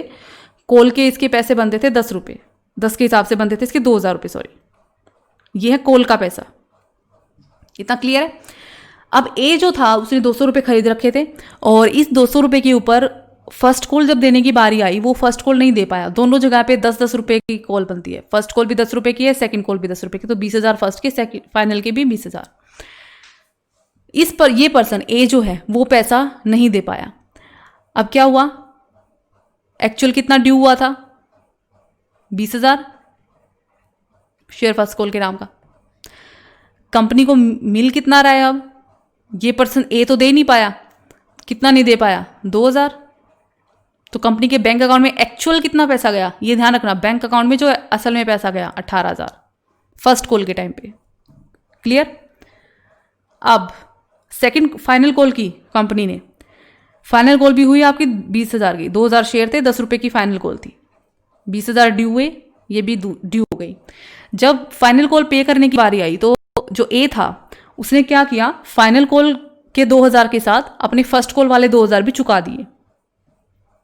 ऑलराइट, तो फाइनल कॉल के ड्यू कितने हो रहे थे, 20,000। ए ने फर्स्ट कॉल का जो 2,000 उसका बचता था, बकाया था, वो भी सेकंड कॉल के 2,000 के साथ चुका दिया, तो कॉल इन एरियर का कितना पैसा कंपनी को मिला। अब कंपनी के बैंक अकाउंट में एक्चुअल पैसा कितना गया, 22,000। कॉल इन एरियर होती है तो कॉल इन एरियर अकाउंट को डेबिट करते हैं, क्योंकि जब हम इसको डेबिट करेंगे तभी हमारा बैंक में एक्चुअल अमाउंट आएगी कम होके। और जब आपका कॉल इन एरियर आपका जब आप रिसीव होता है तो हम इसको क्रेडिट करते हैं, क्योंकि जब हम इसको क्रेडिट करोगे तो आपके बैंक अकाउंट में एक्चुअल अमाउंट प्लस होके आएगी, ये ध्यान रखना। और हमेशा बैंक की एंट्री में ही हम कॉल इन एरियर या कॉल इन एडवांस को शो करते हैं। सेम केस लेते हैं, लेकिन इस बार कॉल इन एरियर नहीं है, कॉल इन एडवांस। वही 2000 शेयर है, एक शेयर की कॉल की कीमत 10 है, फर्स्ट कॉल की भी 10 है और सेकंड कॉल की भी 10 है। और ए है, ए ने 200 शेयर खरीदे थे, वो फर्स्ट कॉल का पैसा सेकंड कॉल का पैसा उसने फर्स्ट कॉल के साथ एडवांस में दे दिया। तो जब आपकी कॉल इन एडवांस की एंट्री बनेगी तो सबसे पहले फर्स्ट कॉल की एंट्री बनेगी, फर्स्ट कॉल के ड्यू होने की एंट्री बनेगी। उसकी एंट्री क्या बनेगी, share first call account debit to share account, सिर्फ ड्यू होने की जितना ड्यू हो रहा है, 20,000 ही ड्यू हो रहा है 10 रुपए के हिसाब से ड्यू हो गया। अब पैसा कितना उसको मिला, एक्चुअल पैसा कितना मिला, ए है, ए ने 200 शेयर खरीदे थे और फाइनल कॉल का पैसा है 10 रुपए के हिसाब से, तो टोटल हो गया 2,000। इस पर्सन ने क्या किया, इसने सोचा मेरे पास पैसा तो रखा ही है, क्यों ना मैं फाइनल कॉल का पैसा भी फर्स्ट कॉल के साथ ही चुका दूं। तो इसने फाइनल कॉल पे ये जो देने वाला था 2,000 वो उसने फर्स्ट कॉल के साथ दे दिया। अब एंट्री क्या बनेगी, अब ध्यान से देखना, पैसा जब रिसीव होगा तो एंट्री बनती है bank account debit to share first call account, ये एंट्री बनती है, यही बनती है। फर्स्ट कॉल के नाम के तो कितने पैसे हैं, सिर्फ 20,000 ही हैं, लेकिन कंपनी के अब बैंक में पैसा जा कितना रहा है, 20 तो ये प्लस ए ने फाइनल कॉल का ये 2,000 भी फर्स्ट के साथ दे दिया, तो यानी बैंक अकाउंट में टोटल पैसा जा रहा है 22,000। ये किस नाम का है, 2,000 फाइन, ये है एडवांस के नाम का, to call in advance 2,000, right. तो कॉल इन एडवांस जब होती है हम इसको क्रेडिट करते हैं, क्योंकि इसके साथ ऐड होके ही फिर ये बैंक में पैसा जाएगा। और जब कॉल इन एरियर होती है इसको आप सिंपल में डेबिट करते हो, क्योंकि जब आप इसको डेबिट करोगे तब आपका फर्स्ट कॉल की जितनी ड्यू होती है उसमें से ये पैसा माइनस होके आपके बैंक में जाएगा। अब जब फाइनल करने का टाइम आया तो फाइनल कॉल आपकी जब ड्यू हुई तो ड्यू तो उतनी ही हो गई, 20,000, 2,000 शेयर 10 रुपए के हिसाब से 20,000 शेयर 20,000 ड्यू हो गई। अब जब पैसा रिसीव करने की बारी आई तो इस फाइनल कॉल का ड्यू कितना हो रहा था, 20,000, राइट।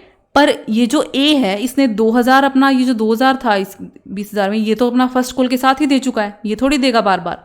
तो यानी बैंक कंपनी को अब आज की डेट में फाइनल कॉल के टाइम पे कितना पैसा मिल रहा है, 18,000। क्यों, क्योंकि कॉल इन एडवांस में 2,000 रुपये वो दे चुका है और इन दोनों का टोटल यानी 20,000। तो ये चीज़ ध्यान रखनी है, जब कॉल इन एरियर होता है तो कॉल इन एरियर को हम डेबिट करते हैं बैंक की एंट्री के साथ, तभी आपका जो है बैंक की अमाउंट उसमें से माइनस होकर के जो बैलेंस बचता है वो आता है। और जब कॉल इन एरियर का अमाउंट आपको रिसीव होता है तो हम उसको क्रेडिट करते हैं। इसी तरह से जब कॉल इन एडवांस होता है तो हम उसको क्रेडिट करते हैं, क्योंकि ये उसकी लाइबिलिटी है फर्म की कि उसको एडवांस में पैसा मिला है। और जब आपका एक्चुअल में जब पैसा जब ड्यू होती है मनी, और जब एक्चुअल में उस कॉल की पैसा अमाउंट रिसीव होता है तो वहाँ हम कॉल इन एडवांस को डेबिट कर देते हैं।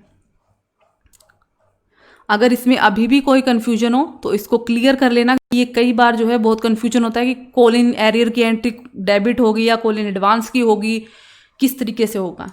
ऑलराइट, सो आप दोबारा भी पूछ सकते हो। अब कॉल इन एडवांस है तो मैंने आपको बताया कि अब कंपनी को मैंने एडवांस में पैसा दे दिया, पर मेरा ड्यू तो 6 महीने बाद हो रहा है। तो जो 6 महीने का टाइम है इसमें जो कंपनी मेरा पैसा यूज़ करेगी उसका इंटरेस्ट तो उसको देना पड़ेगा। तो इंटरेस्ट कैसे होगा, the amount received in call in advance is debt on the company. मैंने बताया था करंट लाइबिलिटी होती है उसकी, ये उसके ऊपर डेट है, मैंने एडवांस में ही पैसा दे दिया, अभी तो ड्यू भी नहीं हुआ था। इट इज़ लायबल टू पे इंटरेस्ट, उसको वो इंटरेस्ट देना ही पड़ेगा कॉल इन एडवांस के ऊपर। From the date of receipt, जिस डेट को कंपनी को वो पैसा रिसीव हुआ है उस डेट से लेकर जब वो ड्यू होगी उस डेट तक। अब इसमें भी डिफरेंस है, जब हमने कॉल इन एरियर था, कॉल इन एरियर के ऊपर इंटरेस्ट बनता है जब वो ड्यू होती है, जब पैसा रिसीव होने वाला होता है, नहीं होता उस डेट से नहीं, जब वो ड्यू होती है कॉल उस डेट से लेकर जब एक्चुअल में उस एरियर का पैसा रिसीव होगा उस डेट तक, राइट। और एडवांस में जब आपको इंटरेस्ट देना होता है तो आप देते हो एक्चुअल में आपको जिस डेट को पैसा रिसीव हुआ है उससे लेकर जब वो अमाउंट ड्यू होगी उस डेट तक, ये ध्यान रखना। तो ये कुछ चीज़ें हैं जो आपको याद रखनी है। Generally article of this company specify the rate, articles में रेट लिखी होती है। अगर आर्टिकल में रेट नहीं है तो वही table F of schedule 1 companies act 2013 आपके ऊपर एप्लीकेबल होगा, और which leaves the matter to the board of director subject to a maximum rate of 12%। मतलब अगर आपके आर्टिकल में लिखा हुआ है तो ठीक है, अगर नहीं लिखा हो तो टेबल एफ के according board of directors rate decide कर सकते हैं, लेकिन मैक्सिमम रेट होनी चाहिए 12%। मतलब 12% से ज़्यादा आप कंपनी इंटरेस्ट पे नहीं करेगी बेसिकली।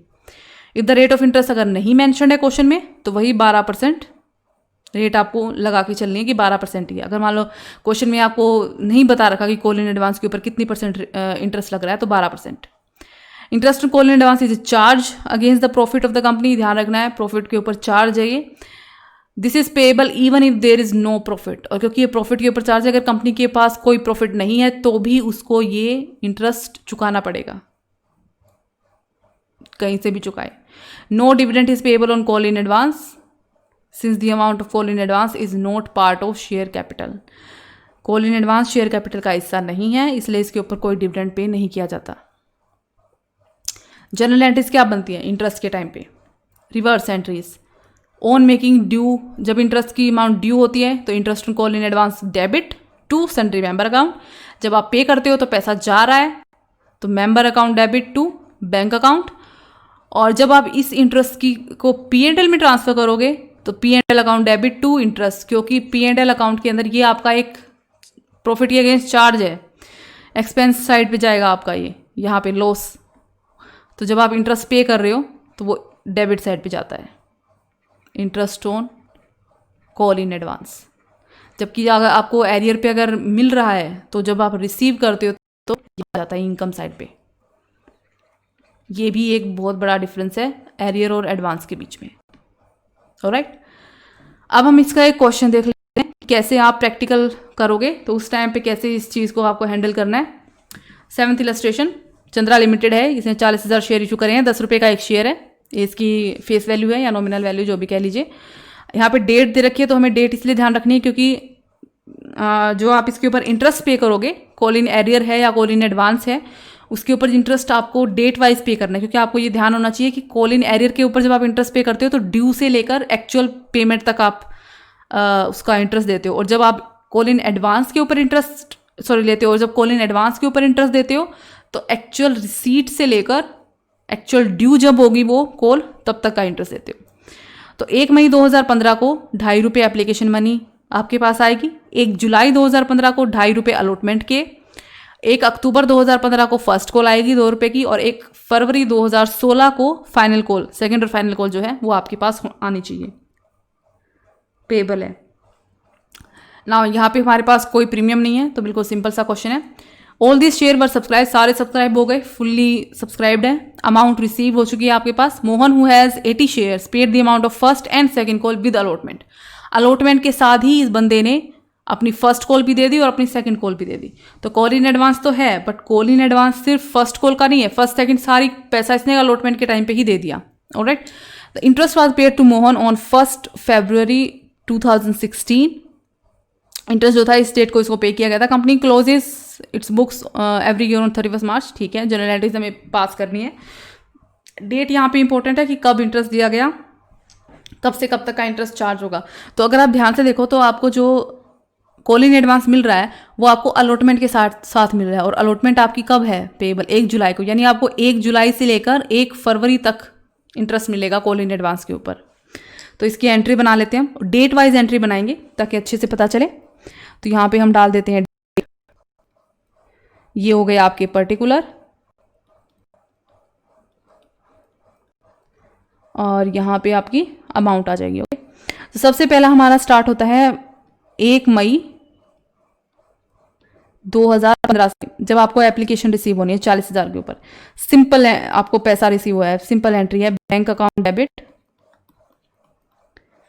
टू, और इक्विटी है या प्रेफरेंस है, कुछ स्पेसिफाई नहीं कर रखा, तो share capital, sorry share application.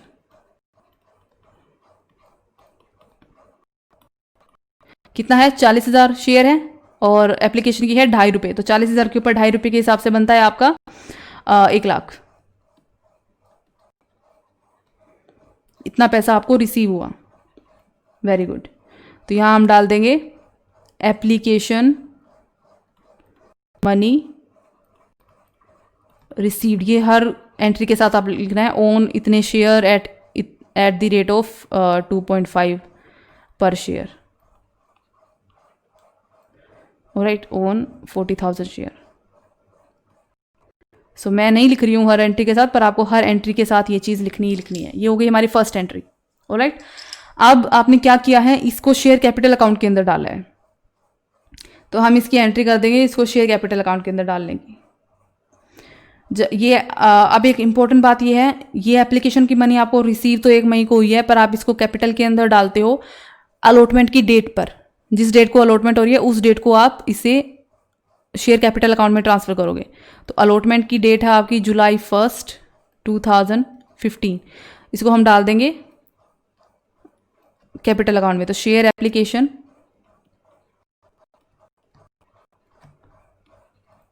Account debit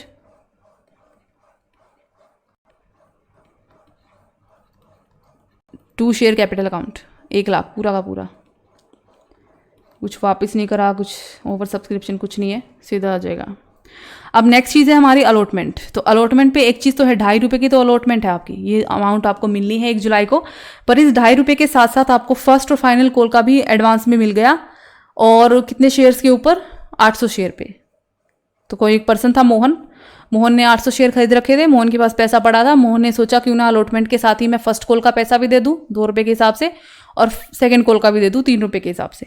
तो इसने क्या किया, 800 रुपये के फर्स्ट कॉल का पैसा इसका बनता 2 रुपये के हिसाब से 1600, और सेकंड कॉल का बनता इसका 3 रुपये के हिसाब से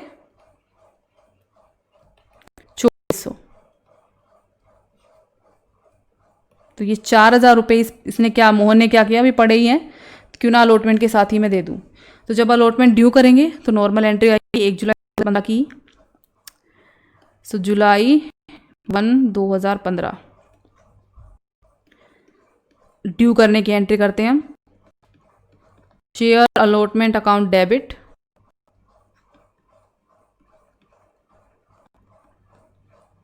टू शेयर कैपिटल अकाउंट, कितना हो रहा है? 2.5 रुपये के हिसाब से 1 लाख।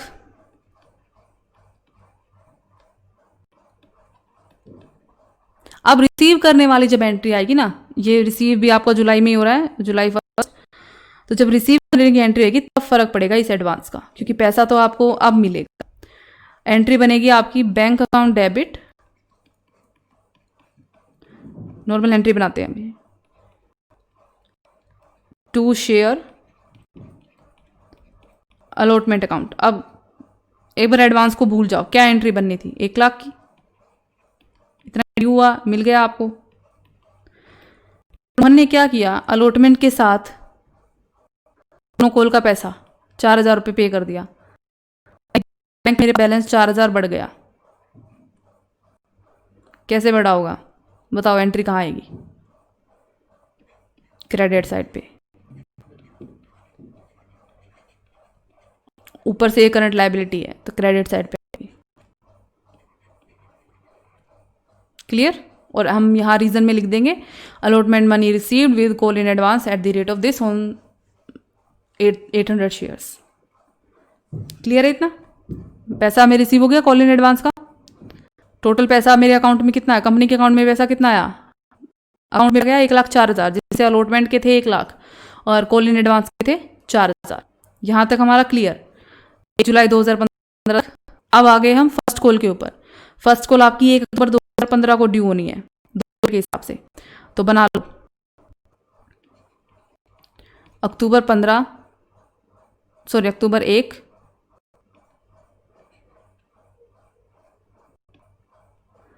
2015 ड्यू करेंगे सबसे पहले। Share first call account debit to share capital account. और ड्यू करते समय ड्यू करते समय एरियर या एडवांस का कोई फर्क नहीं पड़ता, क्योंकि ड्यू का मतलब ये है कि इतना पैसा बन रहा है उनका, बस सिंपल सा। सबसे पहले हम ड्यू कर रहे हैं, तो ड्यू कितने पे हो रहा है? 40,000 शेयर के ऊपर हो रहा है, 2 रुपये के हिसाब से हो रहा है, तो 4 दूनी 8, 80,000। 80,000 आपका ड्यू हो गया। यहाँ आप डाल दोगे first call money due on 40,000 share eight the rate of 2 rupees. हो गया। अब पैसा आपके अकाउंट में जाएगा। अब देखो क्या फ़र्क पड़ेगा। 2015 पैसा आपको मिलेगा, तो एंट्री बननी चाहिए bank account debit to share first call account. First call account first call amount received on this share and at the rate of this. ठीक है। अब कुछ नहीं है, ना एडवांस है ना कुछ, तो क्या एंट्री बननी चाहिए थी? पैसा कितना आना चाहिए? जितना ड्यू हुआ उतना पैसा आएगा, 80,000। बट फर्स्ट कॉल पे इस पर्सन ने, जिसके पास 800 शेयर, ये 2 रुपया फर्स्ट कॉल का, ये तो पहले ही चुका चुका है, तो अब थोड़ी देगा आपको बार बार। तो अगर ये पैसा अब नहीं देगा, इसका मतलब आज की डेट में 1 अक्टूबर 2015 को अगर ये 1 जुलाई को पैसा दे चुका है, तो अब बार बार थोड़ी पैसा चुकाएगा। तो आज की डेट में कंपनी के बैंक में जो पैसा जमा होगा, वो पैसा ये 1,600 रुपये माइनस करके होगा। ये 1,600 रुपये नहीं होंगे, क्योंकि वो पर्सन ये 1,600 रुपये पहले ही दे चुका है, तो अब तो वो देगा नहीं। तो अब कंपनी के यहाँ बैंक में पैसा कितना जाएगा? पैसा जाएगा 78,400 रुपये। क्यों? क्योंकि यहाँ एक कॉल इन एडवांस थी, इसने पैसा पहले ही चुका दिया, तो अब ये बार बार पैसा थोड़ी देगा। तो पैसा इस वक्त, आज 1 अक्टूबर 2015 को कंपनी को 80,000 मिलने चाहिए थे बैंक अकाउंट में, इतने ड्यू हो रहे थे, बट पैसा इसके अकाउंट में गया 78,400 रुपये। ओके। अब आ जाते हैं हम आगे नेक्स्ट कॉल के ऊपर। नेक्स्ट हमारा जाता है 1 फरवरी 2016 को 3 रुपये के हिसाब से हमारे जो कॉल है। सो फरवरी 1 सेम चीज़ हम करेंगे, ड्यू करेंगे हम सेकेंड एंड फाइनल कॉल को। So share second and final call account debit to share capital account. Due तो पूरा ही पैसा होगा 3 रुपये के हिसाब से, 40,000 शेयर 3 रुपये के हिसाब से 4 × 12 1,20,000। लेकिन जब पैसा रिसीव होगा फरवरी को 2016, तो कितना पैसा रिसीव होगा? जब पैसा मैं पहले ही दे चुकी हूं, तो मैं बार बार कंपनी को थोड़ी पैसा दूंगी।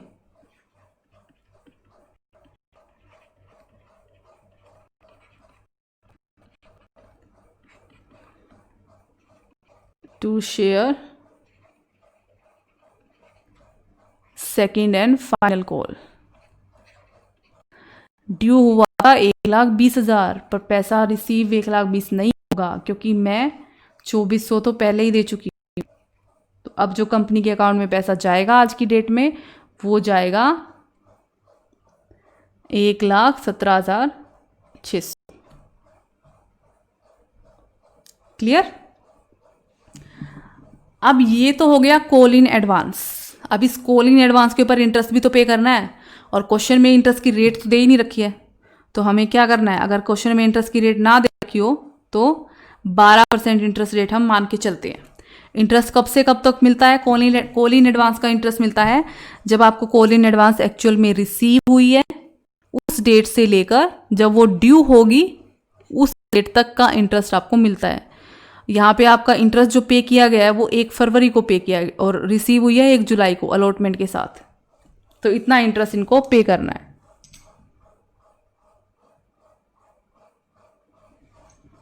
अब हम इसका इंटरेस्ट निकालेंगे। इसका इंटरेस्ट भी 2 पार्ट में निकलेगा, क्योंकि एक एडवांस इसका पे किया है, एक एडवांस इसका पे किया है।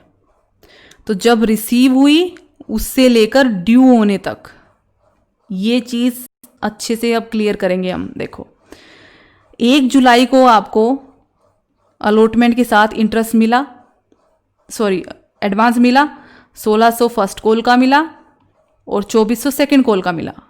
इंटरेस्ट कब से कब तक मिलेगा? रिसीव होने से लेकर ड्यू होने तक। फर्स्ट कॉल आपकी ड्यू कब हुई? 1 अक्टूबर को, तो फर्स्ट कॉल का इंटरेस्ट कब तक बनेगा? 1 अक्टूबर तक। फाइनल कॉल आपकी कब ड्यू हुई? 1 फरवरी को, तो फाइनल कॉल का इंटरेस्ट कब तक बनेगा? 1 फरवरी तक का। तो अब इसके मंथ आप कैलकुलेट कर लो, जुलाई से लेके अक्टूबर, जुलाई अगस्त सितंबर 3 महीने का, यानी 1600 के ऊपर इंटरेस्ट बनेगा 12% 3 महीने का। ये हो जाएगा आपका, काटोगे तो इसको 48 रुपये।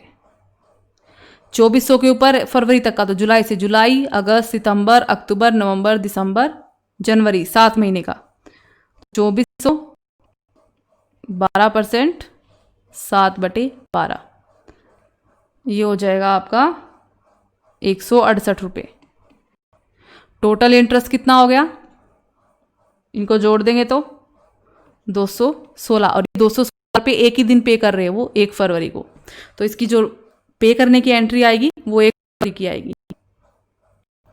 तो इंटरेस्ट हम पे कर देंगे। अब कंपनी पे करेगी इंटरेस्ट 1 फरवरी 2016 को। क्या एंट्री बनेगी? सबसे पहले इंटरेस्ट के ड्यू होने की entry, interest on call in advance account debit to member, जो भी वो मेंबर था, सन्ड्री मेंबर्स अकाउंट, जिसको ये इंटरेस्ट पे किया जा रहा है, मोहन है इस केस में, तो 216 और 216। अब एक्चुअल में पे करने की एंट्री, वो भी फरवरी 1 को, क्योंकि उसमें कह रखा है कि 1 फरवरी को ही इंटरेस्ट पे किया गया है पूरा का पूरा। तो पे करने की एंट्री कैसे बनेगी? सन्ड्री मेंबर, इसको पे किया गया है और पैसा आपके पास से जा रहा है टू बैंक। कितना जा रहा है? 216 ड्यू हुआ था, 216 आपने पे कर दिया। अब कंपनी के अकाउंट बंद होते हैं 31 मार्च को, और 31 मार्च को हम क्या करते हैं? कॉल इन एडवांस का पैसा, इंटरेस्ट का पैसा हम P&L अकाउंट में ट्रांसफर करते हैं, वो डेबिट साइड में जाता है क्योंकि ये लॉस है। So statement of profit and loss account, debit to interest on call in advance.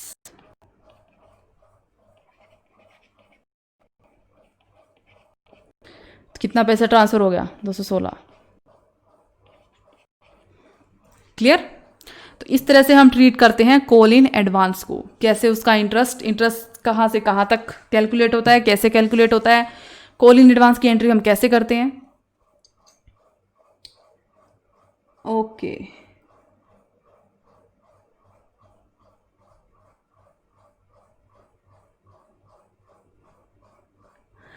अब एक बहुत ही इंपॉर्टेंट क्वेश्चन कर रहे हैं। आई नो ये थोड़ा लेक्चर लंबा हो रहा है, वैसे तुम्हारे सारे लेक्चर लंबे लंबे हैं, पर ये इंपॉर्टेंट चीज़ है, ये कर लें हम तो ये क्लियर हो जाएगा पॉइंट। इस क्वेश्चन के अंदर, इलस्ट्रेशन नंबर 8 के अंदर, आपको कॉल इन एरियर की एंट्री भी करनी है और आपको कॉल इन एडवांस की एंट्री भी करनी है। तो जब ये दोनों चीज़ें एक साथ हो रही हैं, क्योंकि कुछ शेयर होल्डर ऐसे होंगे जो पैसा नहीं दे पाएंगे और कुछ शेयर होल्डर ऐसे होंगे जो आगे पैसा देना वो अभी दे देंगे, तो दोनों ही केसेस में हम कैसे डील करेंगे अब इस क्वेश्चन में हम देखेंगे, और इसके बाद हम इसको अब रैप अप करेंगे फिर। तो ये लास्ट इलस्ट्रेशन है आज के लेक्चर का, इसको ध्यान से देखना। ऑलराइट, सो क्या कह रहा है ये? एक company issued 50,000 equity share issue करें, 10 रुपये का है, पार है, कोई प्रीमियम नहीं है। एप्लीकेशन पे 2 मिलने हैं आपको, अलॉटमेंट पे 1, फर्स्ट कॉल पे 3 और फाइनल कॉल पे 4 रुपये कंपनी मांग रही है। ये जो फाइनल कॉल है ये कंपनी ने फर्स्ट कॉल के 4 महीने बाद मांगी है। Okay, amount due on application and allotment was duly received, सारा पैसा रिसीव हो गया। एक शेयर होल्डर है जिसने 1000 शेयर खरीद रखे थे, उसने फर्स्ट कॉल पैसा वो दे नहीं पाया, और कोई शेयर होल्डर है जिसने 2000 शेयर खरीद रखे थे, उसने क्या कहा? फाइनल कॉल का पैसा उसने फर्स्ट कॉल के साथ ही दे दिया। तो ये यहाँ पे जो ये 4 महीने बता रखा है ना, ये इसलिए बता रखा है क्योंकि फाइनल कॉल का पैसा उसने फर्स्ट के साथ दे दिया। तो जब कॉल इन एडवांस के ऊपर जब आप इंटरेस्ट पे करते हो, तो जब आपको पैसा मिला उससे लेकर ड्यू होने तक, तब तक इंटरेस्ट लगता है। तो ये 4 महीने का पीरियड है यहाँ पे। कॉल इन एरियर के ऊपर बता नहीं, अच्छा कॉल इन एडवांस के ऊपर तो इंटरेस्ट कंपनी को देना ही पड़ता है, लेकिन कॉल इन एरियर के ऊपर अगर आपको बता रखा हो तो आप इंटरेस्ट लोगे, सॉरी, ठीक है। तो कॉल इन एडवांस के ऊपर इंटरेस्ट हमें देना है 4 महीने का। फाइनल कॉल मेड हो गई, सभी share holder paid in full, सबने दे दिया। First call arrear on 1000 share were also received at the time of final call, सारा पैसा आपको रिसीव हो गया आखिरी के अंदर। कोई फॉरफीचर करने की जरूरत नहीं है आपको, बस हमें एंट्री बनाते समय ये ध्यान रखना है कि हमें कॉल इन एरियर कब शो करना है और हमें कॉल इन एडवांस कब शो करना है, उसकी एडजस्टमेंट हमें कैसे करनी है। एक चीज़ हम पहले क्लियर कर लें, एप्लीकेशन का अलॉटमेंट का पैसा आपको सारा मिला है, फर्स्ट कॉल का पैसा आपको फाइनल कॉल के साथ मिल गया, और फाइनल कॉल का पैसा किसी पर्सन ने फर्स्ट कॉल के साथ पे कर दिया। तो सारा का सारा झंझट जो हमें करना है वो सारा फर्स्ट और फाइनल कॉल में करना है। तो एप्लीकेशन और अलॉटमेंट की एंट्री बिल्कुल आपकी सिंपल होगी। ऑल राइट, क्वेश्चन अब हम स्टार्ट कर रहे हैं। तो वैसे तो मुझे एप्लीकेशन अलॉटमेंट की एंट्री आपको बताने की जरूरत नहीं है, क्योंकि मैंने बता दिया सिंपल एंट्री है एप्लीकेशन की, वही bank to share application account, equity share 5 दूनी 10 1 लाख रुपए की, और share application to share capital, ऐसे अलॉटमेंट की हो जाएगी। तो जो हमारा मेन जो काम है वो फर्स्ट कॉल से स्टार्ट होता है, तो फर्स्ट और फाइनल कॉल की हम एंट्री करते हैं सिर्फ, तो वो बताने की मुझे आपको भी ज़रूरत नहीं है, ये तो आप कर ही लोगे। सो फर्स्ट कॉल से स्टार्ट करते हैं। सबसे पहले हम करेंगे फर्स्ट कॉल के ड्यू होने की एंट्री। ड्यू कर लेते हैं सबसे पहले। सो शेयर, ऐसे लिख रही हूँ मैं फर्स्ट को, first call account debit to share capital account. और ड्यू वाली एंट्री में ना एडवांस का फर्क पड़ता है ना एरियर का फर्क पड़ता है, ये तो यूं का यूं पूरा होगा। 50,000 शेयर थे, फर्स्ट कॉल का पैसा है 3, तो 5 दिए 15, 1.5 लाख रुपए ड्यू हो गए हमारे। Very good. अब हमें ध्यान देना है, एरियर भी है और एडवांस भी है। 1000 शेयर है किसी पर्सन के पास, उसने फर्स्ट कॉल का पैसा नहीं दिया, तो फर्स्ट कॉल का पैसा, इतने शेयर हैं, फर्स्ट कॉल का पैसा है 3 रुपये, 3000 रुपये हमारा एरियर हो गया। ये फाइनल कॉल के साथ बाद में मिल जाएगा, पर अभी एरियर हो गया। 2000 शेयर हैं जिसका फाइनल कॉल का पैसा फर्स्ट कॉल के साथ मिल गया। 2000 शेयर, फाइनल कॉल का कितना पैसा है? 4 रुपये पर शेयर, 4 दूनी 8000। 8000 किसी महाशय ने एडवांस में हमको पहले ही दे दिया, ये एडवांस है, और ये हमें फर्स्ट कॉल के अंदर दोनों को एडजस्ट करना है। कैसे एडजस्ट होगा देखो, पैसा रिसीव होने की एंट्री सबसे पहले बनता है हमारा बैंक अकाउंट। सिंपल एंट्री बनती है bank account debit to equity share, क्योंकि इक्विटी शेयर है ये दे रखा है हमें, फर्स्ट कॉल अकाउंट। क्लियर इतना? यहां पे तो वही आएगा जो ड्यू हो रहा था। कितना ड्यू हो रहा था? 1.5 लाख। सिंपल। पर बैंक में कितना पैसा आया? बैंक में पैसा आएगा इन दोनों को एडजस्ट करने के बाद। ये 1.5 लाख ड्यू हो रहा था, 8,000 रुपये फाइनल के मिल गए तो हमने ऐड कर दिया, 1,58,000, और 3,000 जो फर्स्ट कॉल के थे वो मिले ही नहीं तो माइनस कर दिया।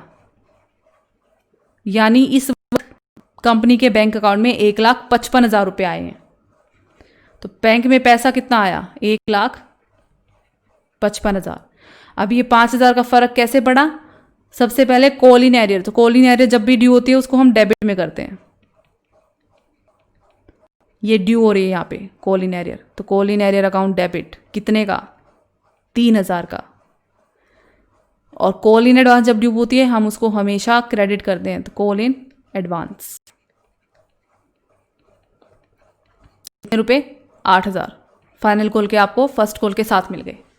तो अब आप इसका बैलेंस निकालोगे, 8 में से 3 गया 5, तो ये 5,000 का डिफरेंस आ गया। ठीक है, बिल्कुल सिंपल सा है। बस याद रखना कि कौन सी एंट्री किस साइड पे जाती है, जब ड्यू होती है और जब रिसीव होती है। क्लियर? अब जाते हैं हम फाइनल कॉल के ऊपर। तो सबसे पहले हम फाइनल कॉल को ड्यू करा लेते हैं, वो बिल्कुल सिंपल है। Equity share final call account debit to equity share capital account. कितना ड्यू होना था? 50,000 शेयर हैं 4 के हिसाब से 2 लाख रुपए हो गया। अब पैसा रिसीव होने की एंट्री, सिंपल एंट्री बनती, बैंक अकाउंट डेबिट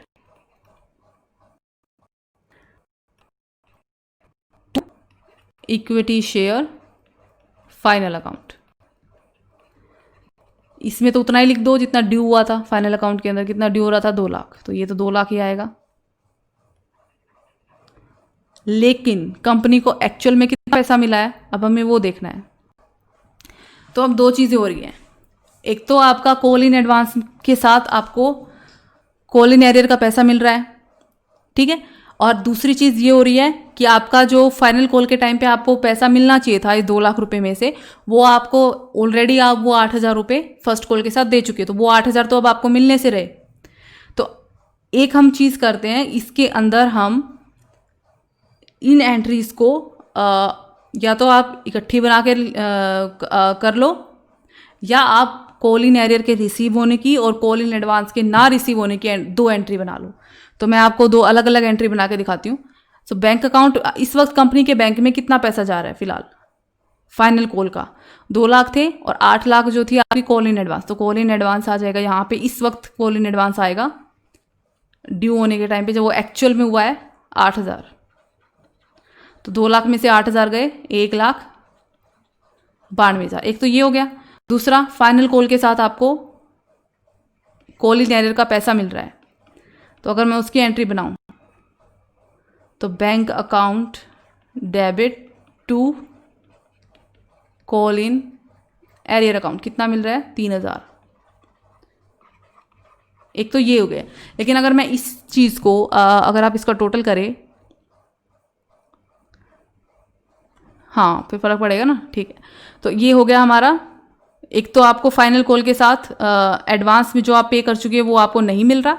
दूसरा, आपको इसी डेट को कॉल इन एरियर का पैसा रिसीव हो गया। तो इन दोनों की एंट्री हमने अलग कर ली, ये फ़र्क पड़ गया। Call in arrear received.